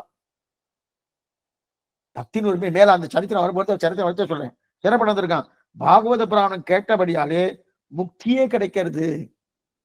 பாகவத புராணம் கேட்டபடியாலே முக்தியே, அதுவும் பகவான் தான் கொடுக்குறாரு, முக்தியே கிடைக்கிறதுன்னு கிடைச்சிருக்குன்னு தெரியல. இத போல பல நன்மைகள் இருக்கு. அதனால இந்த பாகவத புராணங்கள் இந்த நாளுக்குள்ள பண்ணலாம், இது பண்ணலாம். இதை 7 நாளும் பண்ணலாம், 70 நாளும் பண்ணலாம், 700 நாளும் பண்ணலாம் அப்படின்னு சொல்லி இருக்கு. அதுக்கு மேல இப்ப புரியத்துக்காக நான் சொல்றேன். ஏன் சுவாமி இந்த மாதிரி 7 நாள் இருக்கு சொல்லி இருக்கு இல்லையா? இப்ப ஆழ்வார்கள் 12 பேர், ஆழ்வார்கள் 12 பேர். அதுல 11 ஆழ்வார் பொய்கையார் பூதத்தார் பேயார் புகழ்மெழிசை ஐயன் அருள்மாறன் சேரல் இருக்கோன் தூய பட்டநாதன் அன்பர்தாள் தோழி நற்பாரன் நன்கலியன் மதுரகவி ஆழ்வார், அதுக்கு மேற்கொண்டு இருக்கக்கூடிய ஆண்டாள், இவரெல்லாம் கலந்து 12 ஆழ்வார்னு ஆயிடுத்து. அதுல 11 ஆழ்வார்கள் ஆண்கள், ஒரு ஆழ்வார் தான் ஆண்டாள் என்று சொல்லி பெண் ஒண்ணணும். ஆனா இத்தனை பண்ணினா கூட, நல்லா பாருங்க, இத்தனை பண்ணினா கூட இந்த 12 ஆழ்வார்களுக்குள்ளேயே ஆண்டாள், பெண்ணான ஆழ்வாரான ஆண்டாள் பாடின திருப்பாவைக்கு இருக்கக்கூடிய வைபவம் வேற எந்த கிரந்தத்துக்குமே கிடையாது. அதுவும் இப்ப மார்கழி தனுர்மாசம் திருப்பாவைக்கு இருக்கக்கூடிய வைபவம் வேற எதுக்குமே கிடையாது. அதே போல பாகவதத்துக்கு இருக்கக்கூடிய வைபவம் வேற எந்த புராணத்துக்கும் கிடையாது. கண்ணன் அதுல உட்கார்ந்து இருக்கார். ஒவ்வொரு சப்தத்துக்குள்ளேயும் கண்ணன் உட்கார்ந்து இருக்கார். பாகவத சப்தம், அந்த சப்தங்கள் இருக்கு இல்லையா, அந்த அந்த ஸ்லோகங்கள், அந்த ஸ்லோகத்துக்குள்ள நான் இருக்கேன். பின்னாடி வரைச்ச சொல்றேன் எப்படி அவர் அங்க இருக்காரு, என்னமா வந்தார், எப்படி வந்தாருன்னு அப்ப வரைச்ச சொல்றேன். இது சொல்ல வந்தேன்னா, அப்படி எத்தனைதான் எதை இருந்தாலும் பாருங்க, இந்த திருப்பாவைக்குன்னு ஒரு மாசமே ஏற்பட்டிருக்கு. திருவாய்மொழிக்குன்னு ஒரு மாசம் இருக்கா? சுவாமி, நீங்க தான் கிட்டத்தட்ட ஆழ்வார போல கிடையாதுன்னு நீங்க சொல்லிட்டே இருந்திருக்கேன். இப்ப பல்ட்டி அடிச்சுட்டேன். அப்படியே பல்ட்டி அடிச்சு திருப்பா வந்த உடனே ஆண்டாள்னு சொல்லிட்டு இருக்கிறேன்னா, யாராருக்கு என்னென்ன வைபவம் இருக்கோ அந்தந்த வைபவத்தை சொல்லித்தான். வேதமனைத்துக்கும் வித்தாகும் கோதை தமிழ், அதுல எந்த சந்தேகமும் கிடையாது. எதுக்கு சொல்ல வந்தேன்னா, அப்ப ஒண்ணு வேண்டாம், நீங்க போய் யாராவது குழந்தைகிட்ட திருப்பாவை தெரியுமா, ஓ தெரியுமே மார்கழி திங்கள் சொல்லுவா. அது மட்டும் இல்ல, இந்த தனுர்மாசம் திருப்பாவைன்னு சொன்னாலே திருப்பாவை மட்டும் இல்ல, கூடயே பொங்கலை கொடுத்துடுறா. காத்தால 6 மணிக்கு கோயிலுக்கு போனோம்னு வச்சுங்க, பொங்கலை ஓகோன்னு கொடுத்துரு. இதெல்லாம் ஏற்பாடு பண்ண சுவாமி ராமானுஜர். பொங்கல் கொடுத்தாலும் பொங்கல் கொடுக்கறது மட்டும் இல்ல, டெய்லி பொங்கல் உண்டு. கூடவே ஒவ்வொரு பாசுரத்துக்கு தகுந்தாப்பல அந்தந்த பாசுரத்துக்கு தகுந்தாப்பல பிரசாதம் வேற மாறும். புரியத்துக்காக சொல்றேன். இந்த பொங்கலே சாப்பிட்டு இருந்தா பெருமாளுக்கு ஒரு பித்த மாதிரி ஏதோ ஒரு வந்துருமோன்றதுக்காக மிளகு சாதம் பண்ணுவா. நடுவில் 2-3 நாள் மிளகு சாதம் பண்ணுவா. பொங்கலோடு மிளகு சாதம். அந்த அன்னைக்கு பொங்கல் கிடையாது போட்டுருக்கு, மிளகு சாதம் மட்டும்தான் இருக்கணும். அதுல அதுக்கு மிளகோரைன்னு பேரு. அந்த மிளகு சாதம் பண்ணுவா. அது உந்து மதுகளுக்கு பாசனம் வந்துருச்சுன்னா புளியோதரை அன்னைக்கு உண்டு. அதுவும் கூடார வெள்ளிகள் பாசனம் வந்துச்சுன்னா சக்கரமங்கல் அக்கார வடிசல் அன்னைக்கு உண்டு. அதற்கு மேற்கொண்டு கறவைகள் பின் பாசனம் வந்துச்சுன்னா தத்தியோன்னு அன்னைக்கு உண்டு, பச்சடி உண்டு. எதுக்கு சொல்ல வந்தேன்னா, இந்த மாதிரி பிரசாதம் கூட சேர்த்து கொடுக்குறாரனோ, இந்த கோயில் இதெல்லாம் கொடுக்குறாரனோ, அப்ப 30 நாள் சேர்த்து கொடுக்குறாரனோ, இந்தந்த வசதி நான் பண்ணிருக்கிறனோ, அப்ப அந்த பாத்திரம் தந்தப்படா அப்ப 30 நாள் பொங்கலோடு கொடுக்குறாரனோ. எத்தனைதான் 4000 திவ்ய வைபவம் இருந்தாலும் திருப்பாவுக்கு உண்டான வைபவம் இருக்கு இல்லையா? அதனாலதான் அதே போலதான் இந்த பாகவதத்துக்கு உண்டான வைபவம் தனி. அதே போல இந்த 7 நாள் இந்த சப்தாகம் வச்சுட்டு இருக்கா இல்லையா? அதே போல ஸ்ரீராமாயணத்துக்கும் இருக்கு, நவாகம்னு வச்சுட்டு இருக்கா. அப்ப நவாகம்னா 9 நாட்கள், 9 நாள் அப்படின்னு வச்சுட்டு இருக்கா இல்லையா? 9 நாட்கள் ராமாயணம் கேட்கறதுன்னு ஒரு பிரக்கிரியை வச்சுட்டு இருக்கா. அதுவும் உண்டு. அப்ப 9 நாள் தான் கேட்கணும் போல் இருக்கு, அதுக்கு மேல கேட்கப்படாதுன்னு அப்படின்னு அர்த்தம் இல்லை. அது ஒரு பிரிவா வச்சுருக்கா, பெரியவா நீ பண்ணியிருக்கா. ஏன்னா அவளுக்கு ருச்சியே உண்டு. ஒண்ணுமில்லை சுவாமி, பிரியத்துக்காக சொன்னேன். இப்ப 30 நாள் திருப்பாவும் சொன்னோம்னு, 30 நாள் திருப்பாவுன்னா தனுர்மாசம் 30 நாளா எல்லாம் வந்துருவா. திருவாய்மொழி 1102 பாசுரங்கள், ஒவ்வொரு நாள் ஒவ்வொரு பாசுரம் நீங்க வாங்கணும்னு சொன்னா அப்படின்னு தான் இருக்கணும், வேற யாரும் இருக்க மாட்டான். என்ன சுவாமின்னா, என்ன சுவாமி 1102 பாசுரம்னா கிட்டத்தட்ட 2.5 வருஷத்துக்கு மேல போறது. யார் சுவாமி வருதுன்னா, அப்ப குறைச்சலாம் தான் வந்துடுறாருனோ. அதனால்தான் 7 நாளும் வந்திருக்கா. புரியுதா? ஏன் 7 நாள் பண்ணா? இதுதான் காரணம். அதிகமா நாள் வந்துருச்சுன்னு வச்சுக்க, என்னைக்குமே காலட்சேபம். இன்னைக்கு புஸ்தகங்கள் போடுறது எப்படி நம்ம போட்டு இருக்கா? ஒரு 10 வரி வந்துருச்சுன்னா உடனே அதுக்கு ஒரு ஹெட்லைன் கொடுக்கணும், அதுக்கு தலைப்பு ஒண்ணு கொடுக்கணும். தலைப்பு கொடுத்துட்டு அடுத்த தலைப்புக்கு போனாதான் நல்லா எழுதியிருக்கார் சுவாமி அப்படின்ற. அந்த காலத்துல நீங்க புஸ்தகத்தெல்லாம் எடுத்து பார்த்தீங்கன்னா, ஆரம்பிச்சா முதல் பத்திரம் ஆரம்பிச்சனா காப்புள்ளி அரைப்புள்ளி எதுவுமே இருக்காது. 15 பக்கம் கழிச்சு தான் ஒரு புள்ளி போட்டிருப்பா. என்ன சுவாமி ஒரே வழியா படிக்க முடியுமானா, அந்த காலத்துல அப்படிதான் எழுதிட்டு இருப்பா. அந்த காலத்துல அந்த அளவுக்கு ஞானம் இருந்தது. இன்னைக்கு ஞானம், அதனாலதான் ராமாயணம் நவாகன்னு ஒரு வசதி வச்சுட்டு இருக்கா, ஒரு விதி உண்டு. நவாகன் ஒரு வச்சுட்டு இருக்கா 9 நாட்கள்ல. அதே போல 7 நாட்கள் பாவதம் கேட்கறது. 7 நாள் விதி ரொம்ப நாளா இருக்கக்கூடியது. அப்ப இதுல முதல் நாள் முடியும் போது இப்ப பாருங்க, ஒவ்வொரு நாளுக்கும் என்னன்னு சொல்றேன். 7 நாள் சொன்னேன். 7 நாள்ல ஒவ்வொரு நாளும் என்னென்ன நடக்கிறது என்னன்னு 7 நாள் விதி ரொம்ப நாளா இருக்கு. இதில் முதல் நாள் முடியும் போது என்னென்ன பண்ணணும், பாகவதத்துல என்னென்ன சொல்லணும் பாக்கணும். மனு கர்தமத சம்பாதம் வரையில பேசணும். மனு பகவானுடைய கர்தமத சம்பாதம் வரையும் பேசணும். 7 நாட்கள் என்னென்ன பார்க்கணும். முதல் நாள் மனு கர்தமத சம்பாதம், 2ஆம் நாள் ஆதி ஜடபரதர் உபாக்கியானம், 3ஆம் நாள் நரசிம்ம அவதார சரித்திரம் முழுக்க கேட்கணும். அதுவும் 7வது ஸ்கந்தம் இருக்கு இல்லையா, 7வது ஸ்கந்தம் வரை முடிக்கணும். இது 3ஆம் நாளே முடிக்கணும், 7வது ஸ்கந்தம் வரை. 4ஆம் நாள் வந்துட்டோம்னா கண்ணனோட அவதாரங்களை பூர்த்தியா சொல்லணும். பண்ண முடியுமா? பூர்த்தியா சொல்லணும். 5ஆம் நாள் வந்தோம்னா கிருஷ்ண சேட்டிதங்கள், அவதாரம் வேறு சேட்டிதங்கள் வேறு. அந்த கிருஷ்ண சேட்டிதங்கள் முடிஞ்சுன்னு சொல்லி ருக்மணி கல்யாணம் வரைய சொல்லணும். இது 5ஆம் நாள். 6ஆம் நாள் என்ன சொல்லணும்னா 11வது ஸ்கந்தத்துல பகவான் அம்சவதாரம் பண்ணார், அன்னமாய் முனிவரோடு அமரரேத்தனு அம்ச அவதாரம் பண்ணாருன்னா அந்த அம்ச அவதாரம் பண்ணி அவர் உபதேசம் வரையில் கடைசியில 7ஆம் நாள் பரிணாம சங்கத்தின் முடிவரை 7 நாட்கள் இன்னும் சொல்லணுமோனோ இதெல்லாம் எழுதி வச்சிருக்கா. இது சொல்றதுக்கே இத்தனை நாள் இருக்குன்னா அநேகமா இது பூர்ணமா அனுபவிக்க முடியினாலும் அனுபவிக்க முடியும்னா அங்கங்க கொஞ்சம் தொட்டு தொட்டு போக வேண்டிய ஒரு நிர்பந்தம் தான் ஏற்படும். அப்படின்னு சொல்றது 1.5 மணி நேரம், ஒரு நாளைக்கு 1.5 மணி நேரம். அப்ப மொத்தமா எத்தனை மணி நேரம் கிடைக்கிறது? 10.5 மணி நேரம் தான் கிடைக்கிறது.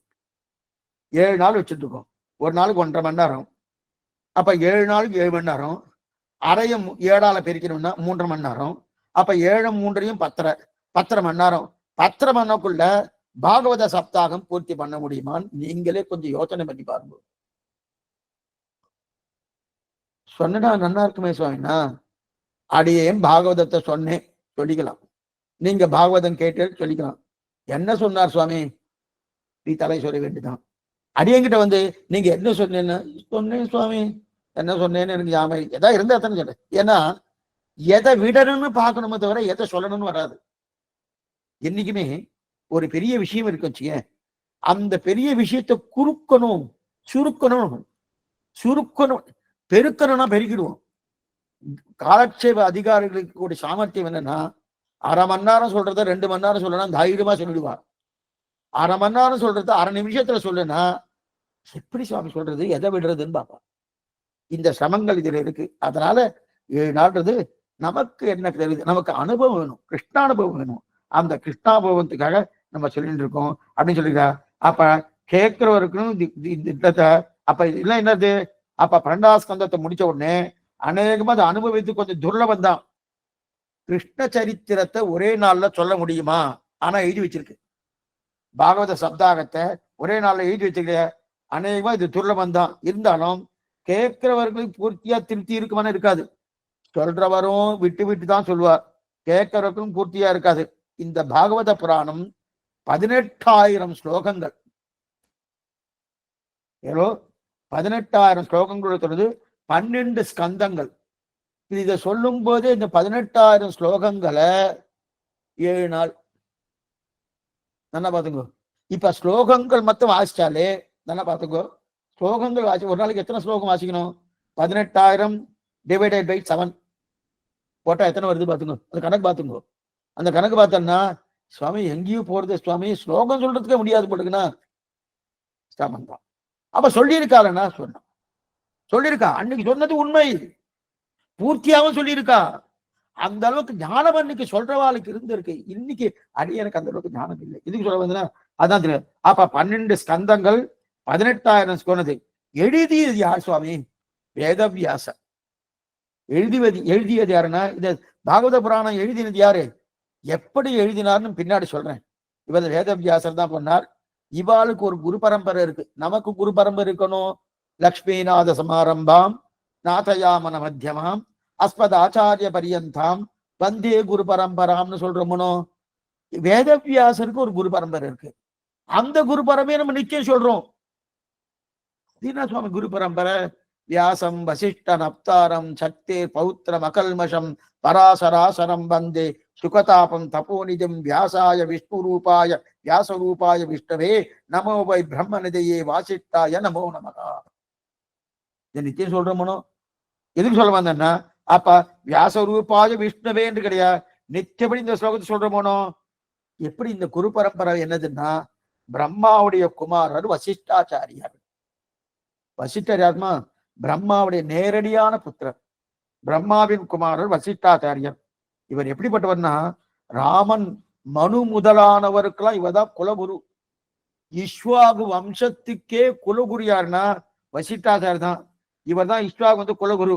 இந்த பாரத தேசத்துக்கு எத்தனையோ வசிஷ்டர் இல்லைன்னா பாரத தேசத்துடைய நிலையே வேறு. இந்த பாரத தேசத்துக்கு எத்தனையோ நன்மை பண்ணினவர். இன்னைக்கு யாரோ சொல்லிட்டு இருக்கா பாரத தேசம் நன்மை பண்ணினோன்னு, ஒன்னும் தலகால் புரியாதவரை சொல்லிட்டு இருக்கா. வசிஷ்டாச்சாரிய பண்ணின நன்மை காட்டினா யாரும் பண்ணல. அப்ப அவர் நன்மை பண்ணியிருக்காரு. அப்படிப்பட்ட வசிஷ்டரின் பிள்ளை தான் சக்தின்னு பேரு. வியாசம் வசிஷ்டன் அப்தாரம் சக்திர் பௌத்திரம கல்வசம். வியாசருடைய பிள்ளைக்கு சக்தின்னு பேரு. சக்தியின் குமாரருக்கு பராசரன்னு பேரு. பராசர மகரிஷி தான் விஷ்ணு புராணம் எழுதினார். சாத்விக புராணம் 6 சொன்னோம். அந்த 6ல ஒண்ணு விஷ்ணு புராணம். அந்த விஷ்ணு புராணத்தை எழுதினவரே பராசர மகரிஷி, அவர் தான் பராசரர்.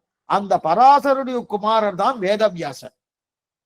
அப்பன்னா என்ன தெரியாது, வியாசருடைய பிள்ளை சக்தி, சக்தியுடைய பிள்ளை பராசரர், பராசருடைய திருக்குமாரர் வேதவியாசர், வேதவியாசருடைய திருக்குமார் தான் சுக்கராச்சாரியர். வியாசம் வசிஷ்ட நப்தாரம் சக்திர் பௌத்திரம் அகல்மஷம் பராசராசரம் வந்தே சுகதாபம் தபோரிஜம் அப்படின்னு தெரியாது. இப்படி எப்பேற்பட்ட பரம்பரை அப்படின்னு தெரிவிக்கிறா இல்லையா.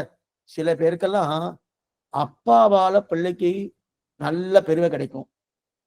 சில இடத்துல பிள்ளையால தந்தை மகற்றாற்றும் உதவியும் தந்தை எண்ணோற்றான் கொல்லெனும் சொல். திருவள்ளுவர் தெரிந்தகை சொல்றாருன்னு, இவன் தந்தை எண்ணோற்றான் கொல்லெனும் சொல் அப்படின்னு தெரிவிக்கிறாளையா. அப்படி இருக்கு.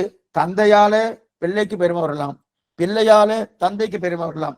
ஆனா இந்த குரு பரம்பரை இருக்கே வியாசம் வசிஷ்டம், தந்தையாலும் பிள்ளைக்கு பெருமை, பிள்ளையாலும் தந்தைக்கு பெருமை. இந்த ரெண்டுமே ஏற்படும்னா ஏற்படாது. ஆனா இங்க ஏற்பட்டு பாருங்க. அப்ப அப்பாவால பிள்ளை, பிள்ளையால இருக்கு இல்லையா, அத்தனை பெருமை. தங்களுடைய முன்னோர்களை சொல்லிக் கொள்வது இவாளுக்கு அத்தனை ஆசை. அதனால்தான் அந்த குரு பரம்பரையை தான் நம்ம வச்சிருக்கோம். நாம ஸ்ரீ வைஷ்ணவ சம்பிரதாயத்தை நம்ம ஆச்சாரியில வச்சுன்றதுக்கு என்ன சொன்ன, லக்ஷ்மிநாத சமாரம்பாம் நாதயாமன மத்தியமம். நிச்சயமே இந்த தனியனை சொல்றோம். முன்னோர்கள் சொல்லக்கூடிய தனியன் தான் நம்ம பிரதானம் சொன்னோம். அதனால்தான் இந்த தனியனை வேற மாதிரியே இருக்கு. இது நம்ம திருவாய்மொழி காலட்சேபத்தில் பார்த்துருக்கோம். அஸ்மத் குரு சமாரம்பாம் யதிசேகர மத்தியமாம் லக்ஷ்மி வல்லப பரியந்தாம் வந்தே குரு பரம்பராம். இதுவும் உண்டு. ஆனா இது பிரதானமா நம்ம எடுக்கிறது. நம்ம பிரதானமா எடுக்கிறது எதுன்னா லக்ஷ்மிநாத சமாரம்பாம் நாத்தையா. ஏன்னா மேலிருந்து கீழே இறக்குறோம், கீழந்து மேல போலாம். கீழந்து மேல போறதுதான் அஸ்மத் குரு சமாரம்பாம் யதிசேகர மத்தியமாம் லக்ஷ்மி வல்லப பரியந்தாம் வந்தே குரு பரம்பராம்னு இருக்கு இல்லையா. இது உண்டு. சரி இருக்கட்டும். அப்படி இருக்கச்சு இவாளுக்கு அவ்வளவு ஆசை. தங்களுடைய முன்னோர்களை சொல்லிக் கொள்வது அத்தனை ஆசை இவர்களுக்கு. இவர்கள் யாருமே தங்களுக்குன்னு வாழ்ந்தவா கிடையாது. இவாள்லாம் தங்களுக்காக வாழ்ந்திருக்காருன்னா தங்களுக்காக வாழ்ந்தவாலே கிடையாது. இவரெல்லாம் என்ன சொல்றா, உலக நன்மைக்காக, லோக உஜ்ஜீவனம், லோக உஜ்ஜீவனக்காக, உலக நன்மையேக்காகவே வாழ்ந்தவா. அதுதான் ரிஷிகளுக்கே இருக்கக்கூடிய பெருமை. இதுதான் பாரத தேசத்துக்கு இருக்கக்கூடிய. இந்த மாதிரி வேற எந்த தேசமும் கிடையாது. பாரத தேசத்தை போல வேற இன்னைக்கு எந்த தேசம் வேணா போலாம், கர்ம பூமி, அது வேற விஷயம். ஆனா இன்னைக்கு இது நிறைய இதெல்லாம் வேற்று தேசத்தால் வந்தபடியாதான் இதெல்லாம் மூடப்படுது. அப்படியே சேறு போட்டு மூடுற மாதிரி மூடின்னு இருக்கா. ரொம்ப தவறான கருத்து. ரிஷிகள் எத்தனை உதவி பண்ணியிருக்கா தெரியுமா, எத்தனை நன்மைகள் தெரியுமா இந்த பாரத தேசத்துக்கு. அத்தனை பண்ணிருக்கா இல்லையா. அந்த பெருமை தெரிஞ்சு கொண்டாதான் நாம என்ன பண்ணணும், அவர் சொன்னதை நம்பி பின்பற்றணும். நமக்காக வாழ்ந்திருக்கா, தனக்காக வாழவே இல்லை.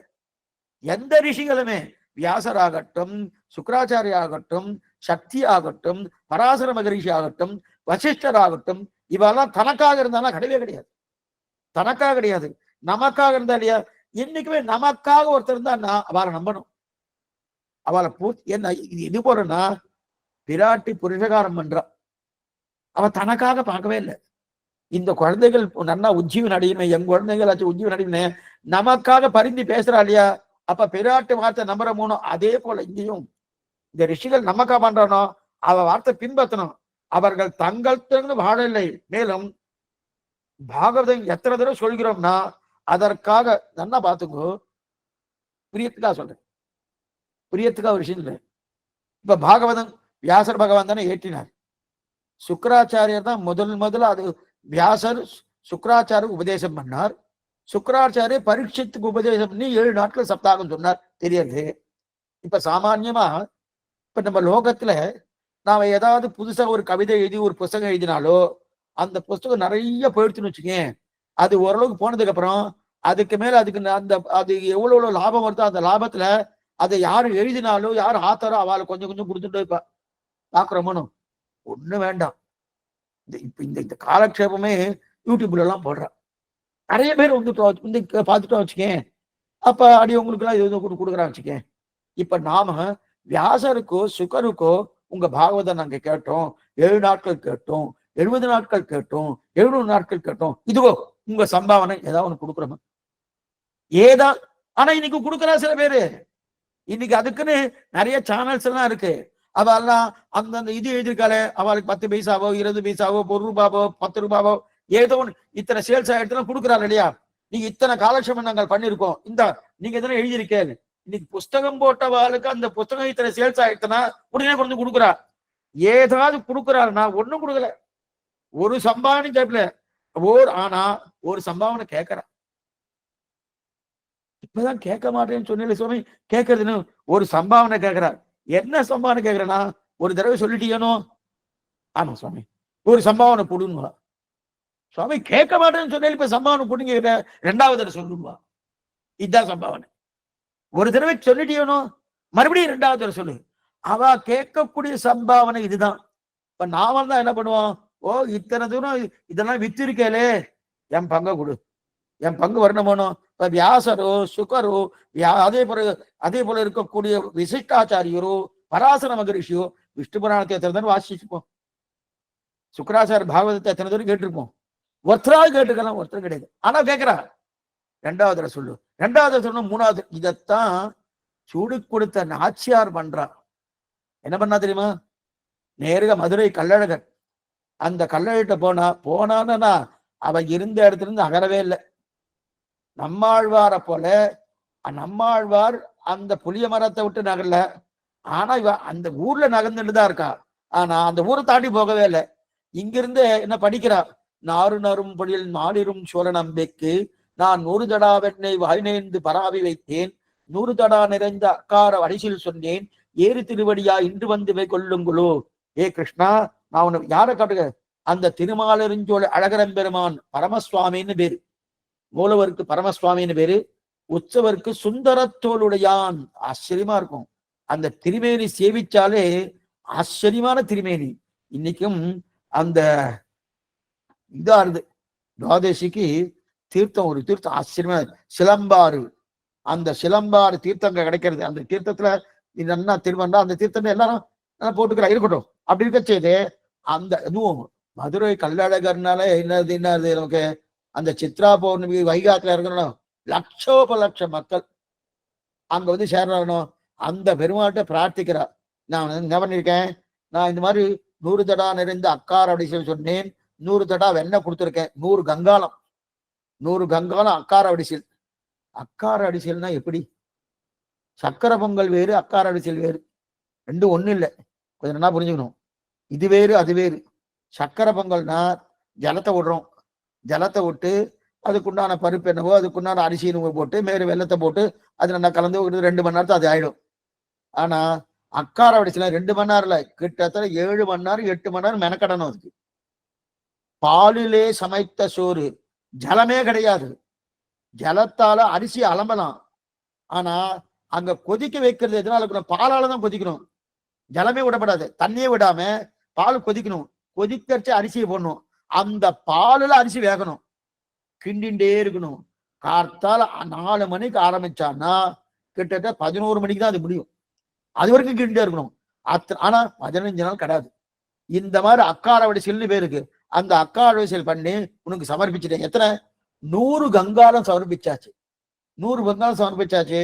சரி, 100 தடா வெண்ணெய், 100 கங்காலம் வெண்ணையை சமர்ப்பிச்சாச்சு. சமர்ப்பிச்சுன்னா கண்ணை வந்து சாப்பிட்டாச்சு. இவரை திருமாலிருஞ்சோலை அழகர் பெருமான் சாப்பிட்டாச்சு.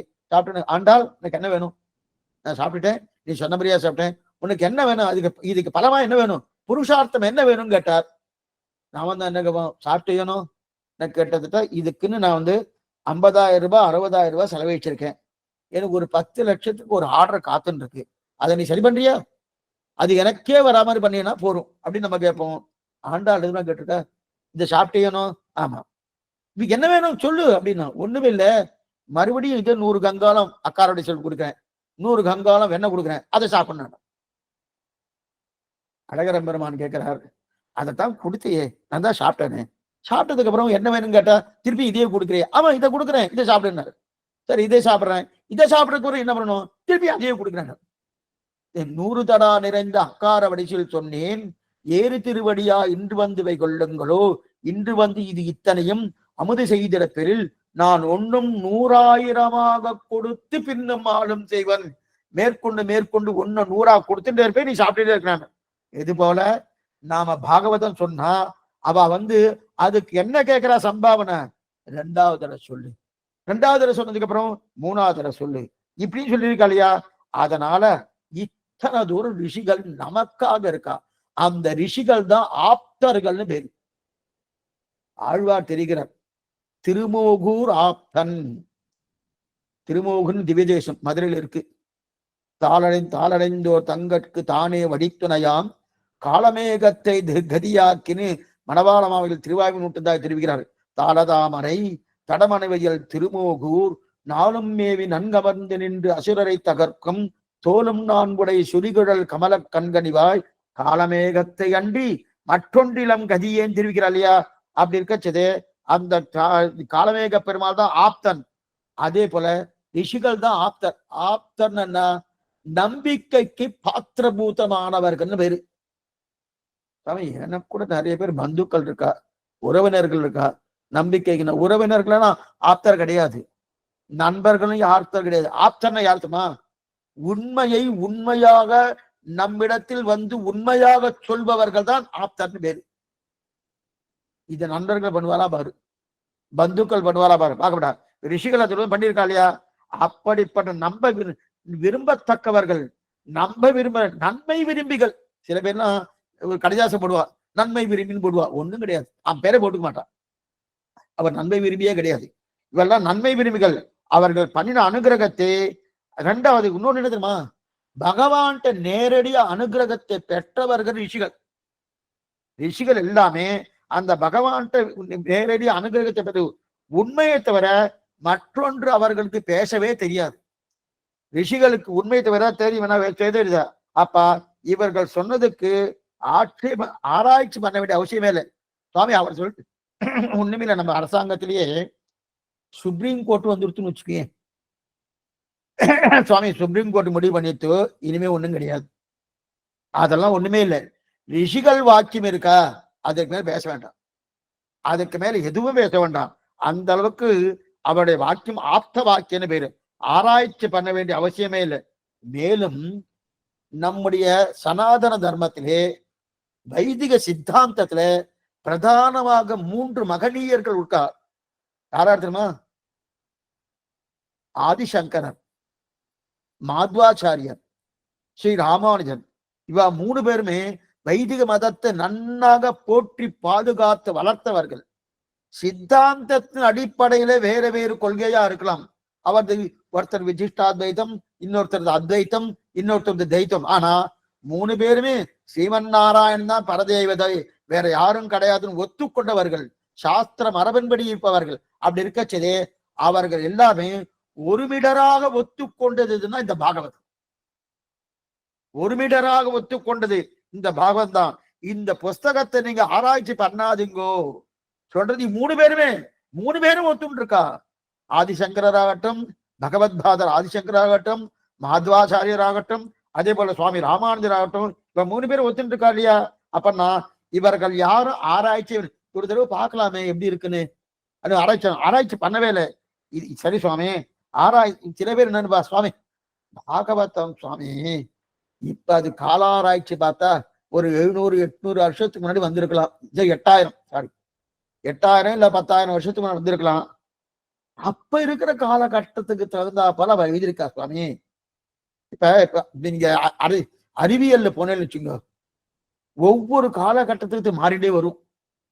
ஒவ்வொரு காலகட்டத்துக்கு அது மாறிண்டே வரும். இந்த காலத்துல இவா இதை கண்டுபிடிச்சான்னா அந்த கண்டுபிடிப்பு தப்பு, அதை விட இன்னொன்னு இருக்கு, அடுத்தது வரும். அடுத்து இன்னொரு 200 வருஷம் ஆயிடுச்சுன்னா அந்த கண்டுபிடிப்பு தப்பு, அதை விட இன்னொன்னு இருக்குன்னு வருது இல்லையா? அதே போல இவர் 8,000 வருஷத்துக்கு பண்ணியிருக்கலாம். அந்த காலகட்டத்தில் சரியா இருந்திருக்கலாம் சுவாமி. இந்த காலத்துக்கு அப்படி சரியா வருமானா? இந்த ரிஷிகள் அப்படின்னா திரிகாலஜர்கள், 3 காலத்தையும் அறிந்தவர்கள். இறந்த காலம் என்ன, எதிர்காலம் என்ன, நிகழ்காலம் என்ன, 3 காலத்தையும் அறிந்தவர்கள் ரிஷிகள். 3 காலமும் வாழ்க்கை நல்லா தெரியும். இப்ப இல்ல, இப்ப என்ன ஆயிடுது, ஒரு 8000 வருஷத்துக்கு முன்னாடி சொன்னோமோ, இன்னும் 80,000 வருஷம் போட்டுமே, 8 லட்சம் வருஷம் போட்டுமே, எத்தனை ஓடினாலும் இதே பாகவதம் தான், இதே ராமாயணம் தான், இதே மகாபாரதம் தான். இது மாறுமானா மாறப்போவதே கிடையாது. அப்ப என்னவா சுவாமின்னா, அதுக்கு தகுந்தா போல அதுதான் அடிய முதல்ல ஆரம்பத்திலே சொன்னேன். புதுசு புதுசா புதுசு புதுசா புதுசு புதுசா இருந்துருட்டேன். அப்ப அதேதான் இது மாறும் வருது சாமான்யமா. ஏன்னா புரியத்துக்காக சொல்றேன். இந்த மாதிரி சிலதெல்லாம் ஒரு 10 வருஷத்துல மாறிடும். ஒண்ணு வர நம்ம படிக்கிறோம்னு அறிவியல் படிக்கிறோம், பொறியியல் படிக்கிறோம். அது வக்கீலுக்கு சரி நிறைய பேர் படிக்கிறா பாருங்க, அவ படிக்கிறா. கணக்கு புஸ்தகம், சார்ட்டர்ட் அக்கௌண்டன்ட் எல்லாம் படிக்கிறா இல்லையா, மாறிட்டே வருது. மால் மால் இப்பெல்லாம் வருஷத்துக்கு மாறுது, மாறிண்டே வருதுன்னு. இப்ப கம்ப்யூட்டர் எல்லாம் முதல்ல ஒரு மாதிரியா இருந்தது, அப்புறம் இன்னொரு மாதிரியா இருந்தது, அப்புறம் இன்னொரு மாதிரி, அதெல்லாம் ஒவ்வொன்று மாறிண்டே வருதுன்னு. அந்த மாதிரி மாறி அப்ப தொழில் ரீதியா அதெல்லாம் மாறிண்டே வருது பாருங்க. அதே போல இன்னொன்னு என்னது, உடல் ரீதியா மாறிண்டு வருது. இப்ப நம்ம உடல்லயே ஒவ்வொரு வியாதி, இப்ப இன்னும் 5 வருஷம் சமப்பட்ட போனோம், யாரும் எல்லாரும் முகத்திரை வைத்துக் கொள்ளணும், வாயை மூடிக்கணும், கையெல்லாம் நல்லா அலம்பணும். இதெல்லாம் என்னைக்கோ நம்ம சம்பிரதாயம் சொல்லிட்டு இருக்கா, சொல்லிட்டு இருந்தாரணும். இப்ப அதெல்லாம் மாறிட்டு இருக்கணும். இப்ப உடல் ரீதியா மாறிட்டு இருக்கணும். ஆனா இது மாறுமானா மாறாது சாமி. உடல் ரீதியா மாறி இருக்குன்னு நீங்களே ஒத்துக்கிறல, இதுவே மாறாது. இது ஆத்மா ரீதியா பண்ணது. ஆத்மா மாறும்னா மாறாது, உடல் தான் மாறும். சரீரம் என்னைக்கும் மாறுதலுக்கு உட்பட்டது. சரீரம் அச்சித்து, சரீரம் என்னைக்கும் மாறுதலுக்கு உட்பட்டது. ஆனா ஆத்மா மாறுதலுக்கு உட்பட்டதுன்னா அது மாறப்போவதே கிடையாது. ஆத்மா எப்போதும், ஆத்மாவும் பரமாத்மாவும் எப்போதும் ஒரே நிலையாகத்தான் இருக்குமே தவிர மாறவே மாறாது. அப்ப போவாது ஆத்மா. அது என்ன சுவாமின்னா மாறவே மாறாது, மாறப்போவதே இல்லை. அப்ப நமக்கே மாறாம இருப்பதுன்னா ஒரு ஆசை இருக்கும். மாறிண்டே இருந்து வச்சுக்கணும், சுவாமி அவர் மாறிட்டு இருக்கார் சுவாமி, நேற்று இந்த வார்த்தையை சொன்னார், நாளைக்கு என்ன சொல்லுவாருன்னு தெரியல, அவர் மேல நம்பிக்கையிலன்னு வந்துடுறதுன்னு. அதே மாறாதவர் ஒருத்தர் கிடைச்சாரு, ரிஷிகள்லாம் மாறவே மாட்டார். ஆனா ரிஷியுடைய வாக்கியம் சுவாமி, அவர் சொன்னாரோனோ, அவர் சொன்னாருன்னா அவ்வளவுதான். மேலையார் செய்வனகள் வேண்டுவன கேட்டீர், அதைத்தான் ஆண்டால் நிர்தாரணம் பண்றார் மாலே மணிவண்ணா பாசுரத்திலே. இப்ப மேல் 26வது பாசுரம் இதுக்கு சொல்ல வந்தேன்னா, அப்ப மாறப்போவதே கிடையாது இல்லையா. ஏன்னா ஆத்மா பரமாத்மா படிப்புக்கு வந்துட்டோம்னா அது எல்லாம் மாறுமானா மாறுதல் கிடையாது. அதே அறிவியல் படிப்போ அல்லது கணக்கு படிப்போ வக்கீல் படிப்போ என்ன படிப்புனா இருக்கட்டும், இன்னைக்கெல்லாம் திரைத்துறைக்குன்னு ஒரு படிப்பு வந்துருச்சு, நாடகத்துறைக்குன்னு ஒரு படிப்பு வந்துருச்சு, அதெல்லாம் கூட மாறிட்டு இருக்கு. ஆனா இது மாறுமானா மாறவே மாறாது. மற்ற படிப்பெல்லாம் மாறுதலுக்கு உட்படுகிற வித்தியைகள் உண்டு. ஆனால் பரமாத்மா ஆத்மா படிப்புக்கு மாறுதலே கிடையாது, எப்பவும் கிடையாது. அதனால்தான் இதிகாச புராணங்கள் எத்தனை நாள் ஆனாலும் அது அப்படியே தான் இருக்கும். மாறுமானா மாறவே மாறாது. இது எப்படி தான். ஆக 18,000 ஸ்லோகங்கள் கொண்டது பாகவதம், 12 ஸ்கந்தங்களோடு கூடியது பாகவதம். இதை எழுதியவர் ஆத்தர், எழுதியர் வேதவியாசர். வியாசர் தன் குமாரரான சுக்கராச்சாரியருக்கு இது உபதேசம் பண்றார். தன் திருக்குமாரர் சுக்கராச்சாரியர், சுக்கராச்சாரியருக்கு உபதேசம் பண்றார். வியாசர் எத்தனையோ புராணங்கள் எழுதினார். இப்ப இந்த பாகவதம் எப்படி எழுதினாருன்னு சொல்றேன், இதை பார்த்துருவோம். அப்படியே கொஞ்சம் ஃபாஸ்டா தான் போயிட்டு இருக்கேன், ஒண்ணுமே இல்லை. ஃபாஸ்டா சொல்ல வேண்டியதே கிரமமா சொல்லிதான் இருக்கேன். ஆனா அது கொஞ்சம் விரைவா போயிட்டு இருக்கேன், இருக்கட்டும். இப்ப வியாசர் இந்த புராணத்தை எப்படி எழுதினார், எத்தனையோ புராணம் எழுதியிருக்கார். இதிகாசத்துல மகாபாரதத்தை எழுதினது வியாசர் பகவான் தான். 1.25 லட்சம் ஸ்லோகம், சாமானியம் இல்லை. பாரதம் பண்ட புராணம்னு சொல்லுவா தெலுங்குல. பண்டபுரம் ரொம்ப பெருசு, பண்டன்னா கல்லுன்னு அர்த்தம் இல்லை, பண்டபுரம் ரொம்ப பெருசு, அவ்வளவு பெருசு, அமோகமா இருக்கு. ஆனால் அவருக்கு என்னைக்குமே இது எழுதினதுக்கு அப்புறம், இந்த பாரதம் எழுதினதுக்கு அப்புறம் கொஞ்சம் வருத்தமா இருந்தது. மகாபாரதம் எழுதினதுக்கு வருத்தமா? ஏன் சுவாமி, 1.25 லட்சம் ஸ்லோகம் எழுதியிருக்காரு வியாசர், அதோட வருத்தம் இருக்கு? வருத்தம் தான் இருந்திருக்கு. ஏன்னா இமாச்சலத்துக்கு போயிட்டார் நேரா, எங்க இமாலய பர்வதம், அங்க பர்வத்துக்கு போயிட்டார். அங்க பர்வத்துக்கு அங்க சரஸ்வதி நதிக்கரையில் உட்கார்ந்துட்டு இது இத்தனையும் பண்றாரு. இது எங்க தெரியுமா, அதையும் சேர்த்து சொல்லிடுறேன். அதாவது இன்னைக்கு பத்ரிகாஷ்டமம் போறமுனும், ஏனமுனாகி இனிடமிடந்து அன்று இணையடி இமயவர் வணங்க தானவனாகம் தரணியில் புரள தடஞ்சிலை குனித்தயம் தலைவன் தேனமர் சோலை கற்பகம் பயந்த தெய்வனன் நறுமலர் கொணர்ந்து வானவர் வணங்கும் கங்கையின் கரைமேல் வதரியாசிரமத்துள்ளானே திருவங்கியாழ்வார் பாசனம் பெரிய திருமையில. அந்த பத்ரி இருக்கு இல்லையா, பத்ரியிலிருந்து 3 மைல் மேல போகணும். மேல போய் பத்ரியில 3 நாள் தங்கணும். முதல்ல மத்தியில 3 நாள் தங்கணும்னு சாஸ்திரம் சொல்றது. நாமெல்லாம் இருக்கிறது இல்லை. போன வேகத்திலே திரும்புற சுவாமி. குளிர் நடுங்கிறது சுவாமி. இங்கேயே இங்க நடுங்கிறது. இங்கேயே குளிராத்தான் 27, 26, ஏன் சில நேரத்தில் 23 கூட வந்துடுறது. இதுக்கு சொல்ல வந்தேன்னா அப்படி இருக்கச்சது குளிர் நடுங்கிறது சுவாமி. எங்க சுவாமி ஒரு ராத்திரியே இருக்க முடியல, 3 ராத்திரி இருக்கு சொல்றேல. முதல்ல குளிக்கணுமே, அலக்கநந்தால குளிக்கணுமே. ஆனா அங்க அலக்கநந்தால குளிக்கணும்னா அலக்கநந்தால நேரம் குளிக்கணும். அங்க தப்தபதினு இருக்கு, அந்த தப்த குண்டம். அந்த தப்த குண்டத்துல நன்னா சூடா சுடுன்னு இருக்கும், நன்னா சுடு. அங்க போய் குளிக்கலாம், இருக்கட்டும். அப்படி இருக்க செய்து 3 நாள் ராத்திரி தங்கணும்னு சொல்லியிருக்கார். ஆனா குளிர் தாங்கணும் கிளம்பி வந்துடும். ஆனா பத்ரிக்கு மேலே 3 மைல் நடக்கணும். பத்ரிக்கு மேல 3 மைல் நடந்தா அங்க மானான்னு ஒரு இடம் இருக்கும். அது அங்க போயிருக்கச்சே அங்க அங்க ஒரு கடையில ஒரு போர்டு போட்டிருந்தா. என்ன போர்டு நீங்க சொன்ன எனக்கு ஆச்சரியப்படுவாரு. சொல்லப்படாதுன்னு சொல்லிடுறேன். பாரத தேசத்தின் இதுதான் கடைசி டீ கடைன்னு போட்டிருக்கான். என்ன அதுக்கப்புறம் சீன எல்லை, அதுக்கப்புறம் சீன எல்லை வந்துடுறது. இதுக்கு சொல்ல வந்த மானா, அந்த இடத்துக்கு மானான்னு பேரு. அந்த மானாங்கிற இடம் இருக்கு. அந்த இடத்துல மானாங்கிறதுல வியாச குகை இருக்கு. அங்கதான் அந்த ஆச்சரியமான குகை. அங்க போய் செய்யணும். வியாசருடைய சிலை அங்க இருக்கு, அந்த குகை இருக்கு. அங்க போய் அங்க அமர்ந்து கொண்டுதான் மகாபாரதத்தை எழுதினார் சுவாமி வியாச பகவான். வியாசர் வந்து யாரு? ஸ்ரீமன் நாராயணுடைய ஆவேச அவதாரம் தான் வியாசர். சாமானியவர் இல்ல வியாசர், யாரோ ஒருத்தர் இல்ல, பகவான் தான் வியாசராக அவதாரம் பண்ணார். ஆனா ஆவேச அவதாரம், சாட்சாத் அவதாரம் கிடையாது. ஆவேச அவதாரம் என்ன, சாட்சாத் அவதாரம் என்ன, கவுன அவதாரம், முக்கிய அவதாரம் என்னன்னு பின்னாடி வரைச்சு நான் சொல்றேன். இது ராமானுஜ வரப்போறது. இதுலயும் பின்னாடி வரலாம்னு நினைக்கிறேன், வந்துட்டுன்னா சொல்றேன். இதுக்கு சொல்ல வந்தேன்னா ஆவேச அவதாரம். அப்படி இருக்கச்சு அங்க ஆவேச அவதாரம் வியாசரை வந்திருக்கா இல்லையா, அவர் தான் அங்க குகல உட்கார்ந்து மகாபாரதம் எழுதினார். எழுதும் போது பக்கத்துல சரஸ்வதி ஓடின்னு இருக்கு. மானாக்கு பக்கத்துல சரஸ்வதி ஓடின்னு இருக்கு. இப்ப கிடையாது, ஓடின்னு இருக்கு. ஓடின்னு இருக்கச்சு அப்ப ஒரே சத்தம், ஓன்னு பேரிச்சல். இந்த நதி ஓடினா எப்படி இருக்கும்? அது நீங்க வந்து பெரிய டேம்லாம் இருக்கச்சே, டேம் பக்கத்துல போய் நின்று சவுண்ட் வரும், பெரிய சத்தம் ஒரு போனோம். அந்த மாதிரி பேரிச்சல். அதனால நான் இவருக்கு அது பிடிக்கல. இவர் மகாபாரதம் எழுதிட்டு இருக்காரு, இவருக்கு பிடிக்கல. அவளை பார்த்து கோபிச்சுட்டார். சரஸ்வதி நதி தான் வந்துட்டு இருக்கு. அந்த சரஸ்வதியை பார்த்து கோச்சுட்டார். கோச்சுட்டா அப்ப அவர் போட்ட சத்தம் என்ன பண்ணா, அந்த சரஸ்வதி அந்தர்வாணியா போயிடுச்சு, மேல வரல. மானா வரைக்கும் சரஸ்வதி வருது, சரஸ்வதி நதி வருது. அங்க வந்த உடனே அங்க அந்தர்வாணினா பூமி கடியில போயிடுது. அந்த பூமி கடியில போயிட்டா அங்க போனவா எங்க திருப்பி மேல வந்தா, அலகாபாத்ல தான் வந்தா. அங்க பூமி கடியில போனவா சரஸ்வதி அதற்கு மேற்கொண்டு அலகாபாத்ல தான் வந்த. எவ்வளவு தூரம்னா, எவ்வளவு தூரம் உள்ளுக்குள்ளே பூமிக்கு உள்ளுக்குள்ளே ஓடிட்டு இருக்கானா, இமாச்சலம் பத்ரியில ஆரம்பிச்சா, பத்ரியில பூமிக்குள்ள போனவா அங்கிருந்து தேவப்பிரயாகை, தேவப்பிரயாக ஆகணும்னு அங்கிருந்து நேர ஹரித்வார், ஹரித்வார் முடிஞ்ச உடனே அந்த உத்தரப்பிரதேசம், உத்தரப்பிரதேசம் மூணும் கூடி கிழக்கே இருக்கிற திரிவேணி சங்கமம். அதாவது திரிவேணி சங்கம்னு தெரியும், அலகாபாத்ல திரிவேணி சங்கம்.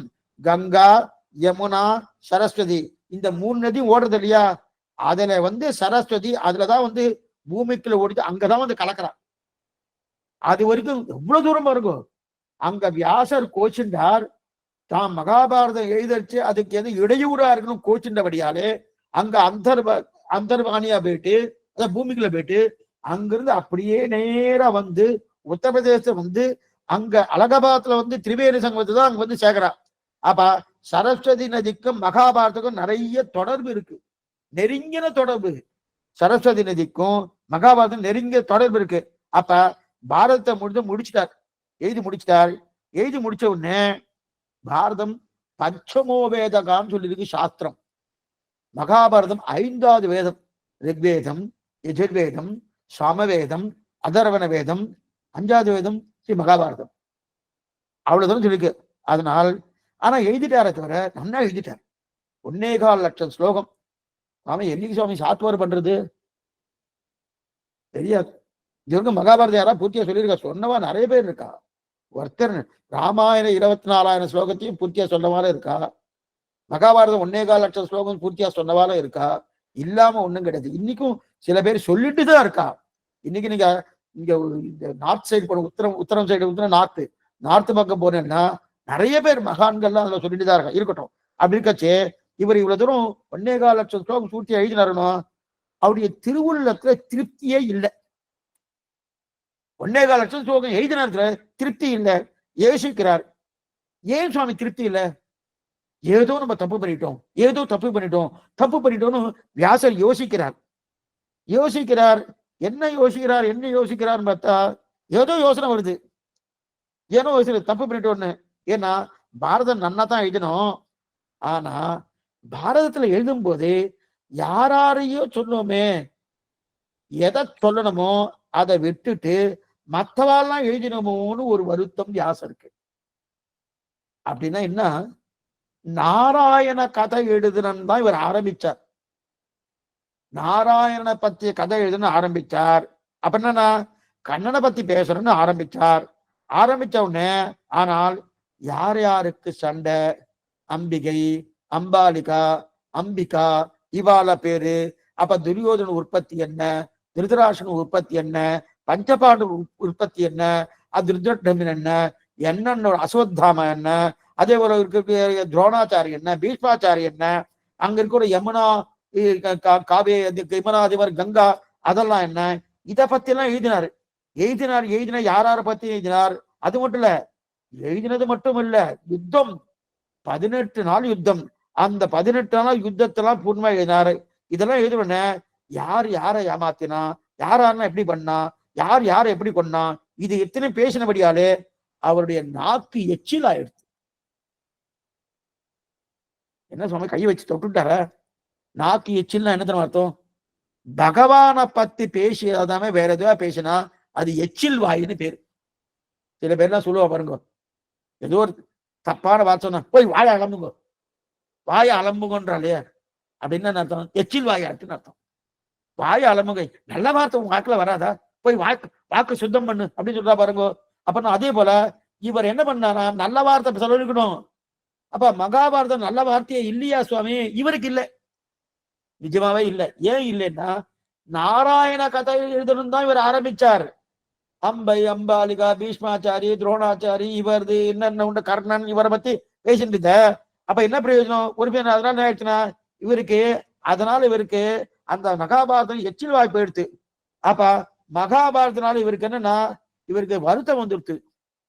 ஏன்னா நம்ம எதற்கோ உபயோகப்படுத்த விட்டானே. கண்ணனை பற்றி பேச ஆரம்பிச்சா அது கடைசியில் எங்க இருந்தது? ஏதோ பத்தி போயிடுத்து, எத்தத்தை பத்தி போயிடுச்சு, இது தப்பு அப்படின்னு சொல்லிட்டு இனிமே என்ன பண்ணும்? கண்ணனை பத்தியே பேசணும், வேற எதுவும் பேசப்படாது அப்படின்றதுக்காக தான் இனிமே பாகவத புராணம் பாடுவோம்னு முதல் ஸ்லோகத்திலிருந்து கடைசி ஸ்லோகம் வரை பகவத் கதை தான். இப்ப நாம பெண் பண்ணோம், மகாபாரதம் படிக்கலாம், பாகவதம் படிக்கலாமா சுவாமி? சுவாமி எச்சில் வாயில் இத்தனை நீங்க தானே சுவாமி சொல்லிட்டேன். வேதவியாசரே மகாபாரதம் படித்தா எச்சில் வாயின்னு சொல்லிட்டாருன்னா எதோட கம்பேர் பண்ணும்?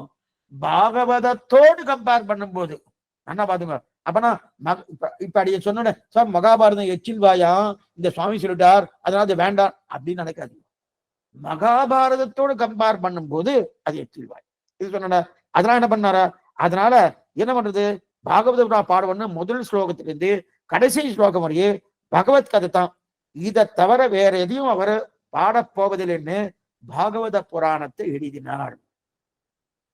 இதுதான் எப்ப பாகவத புராணத்தை எழுதுறதுக்கு எது காரணம்? பிரதான காரணம் மகாபாரதம். என்ன சொல்ல மகாபாரதம் சொல்லிட்டு அதை தப்பா எழுதிட்டோன்னு நினைக்கிறாரு. தப்புன்னா இவர் ஏதோ ஸ்லோகங்கள் தப்பு, சரித்திரம் தப்புன்னு கிடையாது. இவர் மனசுல கண்ணனை பத்தி எழுதணும்னு நினைச்சார், அதை கண்ணனை பத்தி எழுதியிருக்கார். ஆனா கூடவே மற்றவாளையும் எழுதியிருக்காருனோ, என்னென்ன உண்டு பஞ்சபாண்டவாலையும் கௌரவாலையும் மத்தெல்லாம் பத்தி எழுதியிருக்காருனோ அதெல்லாம் இவருக்கு படியல. கண்ணனுடைய சரித்திரம் மட்டுமே இருக்கணும். அப்ப பகவான் ஸ்ரீமன் நாராயணன் சரித்திரம் மட்டுமே இருக்கணும். வேற எதுவும் இருக்கக்கூடாது அப்படின்றதுக்காக தான் பாகவத புராணத்தை எழுதினார். இதத்தான் தான் பிள்ளை சுக்கராச்சாரி உபதேசிக்க அவர் பரீட்சித்து மகாராஜத்துக்கு உபதேசம் பண்ணார். பரீட்சித்துக்கு. பரீட்சித் யாரு? அர்ஜுனனுடைய பேரன் பரீட்சித்து. இப்ப இந்த சுக்கராச்சாரிய மூலமா தான் நமக்கு இந்த பாகவதமே கிடைச்சிருக்கு. ஏன்னா அவர் எழுதிட்டார், வேதவியாசர் எழுதிட்டார். எழுதி முடிச்ச உடனே யாருக்கு உபதேசம் பண்ணார்? சுக்கராச்சாரியர். சுக்கராச்சாரியர் யாருக்கு உபதேசம் பண்ணார்? பரீட்சித்து. நமக்கு இப்ப எங்கிருந்து வரும்னா பாகவதம் பரீட்சித்து சுக்கராச்சார சம்பாதத்திலிருந்து வரப்போறது. என்னன்றது நம்ம பார்க்கலாம். பரீட்சித்துக்கு எப்படி உபதேசம் பண்ணார், எதனால் உபதேசம் பண்ணார்? அவர் பெரிய மகாராஜா. அந்த மகாராஜா இதெல்லாம் கேட்கறதுக்கு நாழி இருக்கா, எதனால் ஆச்சு, என்ன ஆச்சுன்னு நாளை தினம் பார்ப்போம். ஆழ்வாரும் பெருமானார்ஜிய திருவிழேசனம், ஆச்சாரியன் திருவிழேசனம், பாகவதால் திருவடிகளே சரணம். சந்தேகம் இதாக இருந்தால் அவசியம் கேட்கும்படி பிரார்த்திக்கிறேன். நாளைய தினம் சாயங்காலம் இதே காலட்சேபம் 5 மணிக்கு ஸ்ரீமத் பாகவதம் உண்டு. அவசியம் வர முடியும். ஒத்தொத்தரும் இன்னும் ஒரு 2 பேர் ஆக்ஷன் வந்தா கண்ணனுடைய அனுபவத்தினதுன்னா அவனுக்கு பிரீத்தி ஏற்படுது. அந்த பிரீத்தி வந்தாலே நம்ம குடும்பமே க்ஷேமமா இருக்கும். அவனுடைய அனுபவம் தான் நமக்கு முக்கியம் தவிர மற்ற அனுபவம் எல்லாம் தன்னடைய நமக்கு கிடைக்கப்படுது. அவசியம் ஒருத்தர் ஆயுஷ்ணு வரவை பிரார்த்திக்கிறேன். சந்தேகம் தான் கேட்கணும்.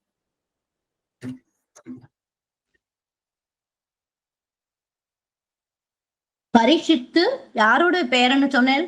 அர்ஜுனனின் பேரன். அர்ஜுனனோட பேரனா? அப்ப அவருடைய அவர் பையன் யாரு? அவருடைய நாளைக்கு வரப்படுது. ஓகே, நன்றி நன்றி சுவாமி. அந்த சரித்திரம் நாளைக்கு வரப்படுது. சுவாமி அடியேன் சுவாமி. சுவாமி அந்த குரு பரம்பரை சொன்னேலே சுவாமி, அஸ்மத், அது மட்டும் கொஞ்சம் சொல்லுங்க சுவாமி, எழுதிக்கிறேன். அஸ்மத் குரு சமாரம்பாம். அடியேன் சுவாமி. அஸ்மத் குரு சமாரம்பாம் யதிசேகர மத்தியமாம்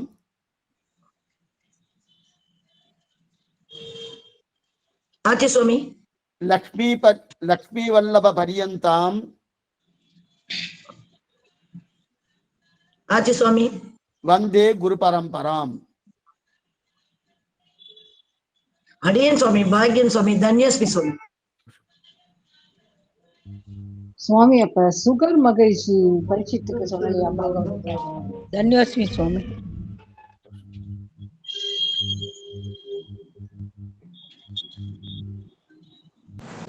சுவாமி அப்ப சுகர் மகரிஷி சொல்லலையா பாகவதம் பரீட்சித்துக்கு? பாகவதத்தை எழுதினது வியாசர். பாகவதத்தை எழுதினது வியாசர். வியாசர் உபதேசம் பண்ணது சுக்கராச்சாரியாருக்கு. சுக்கராச்சாரியர் பரீட்சித்துக்கு உபதேசம் பண்றார். நாளைக்கு அந்த சரித்திரம் வரும். பரீட்சித்து யாருன்றது வரும்.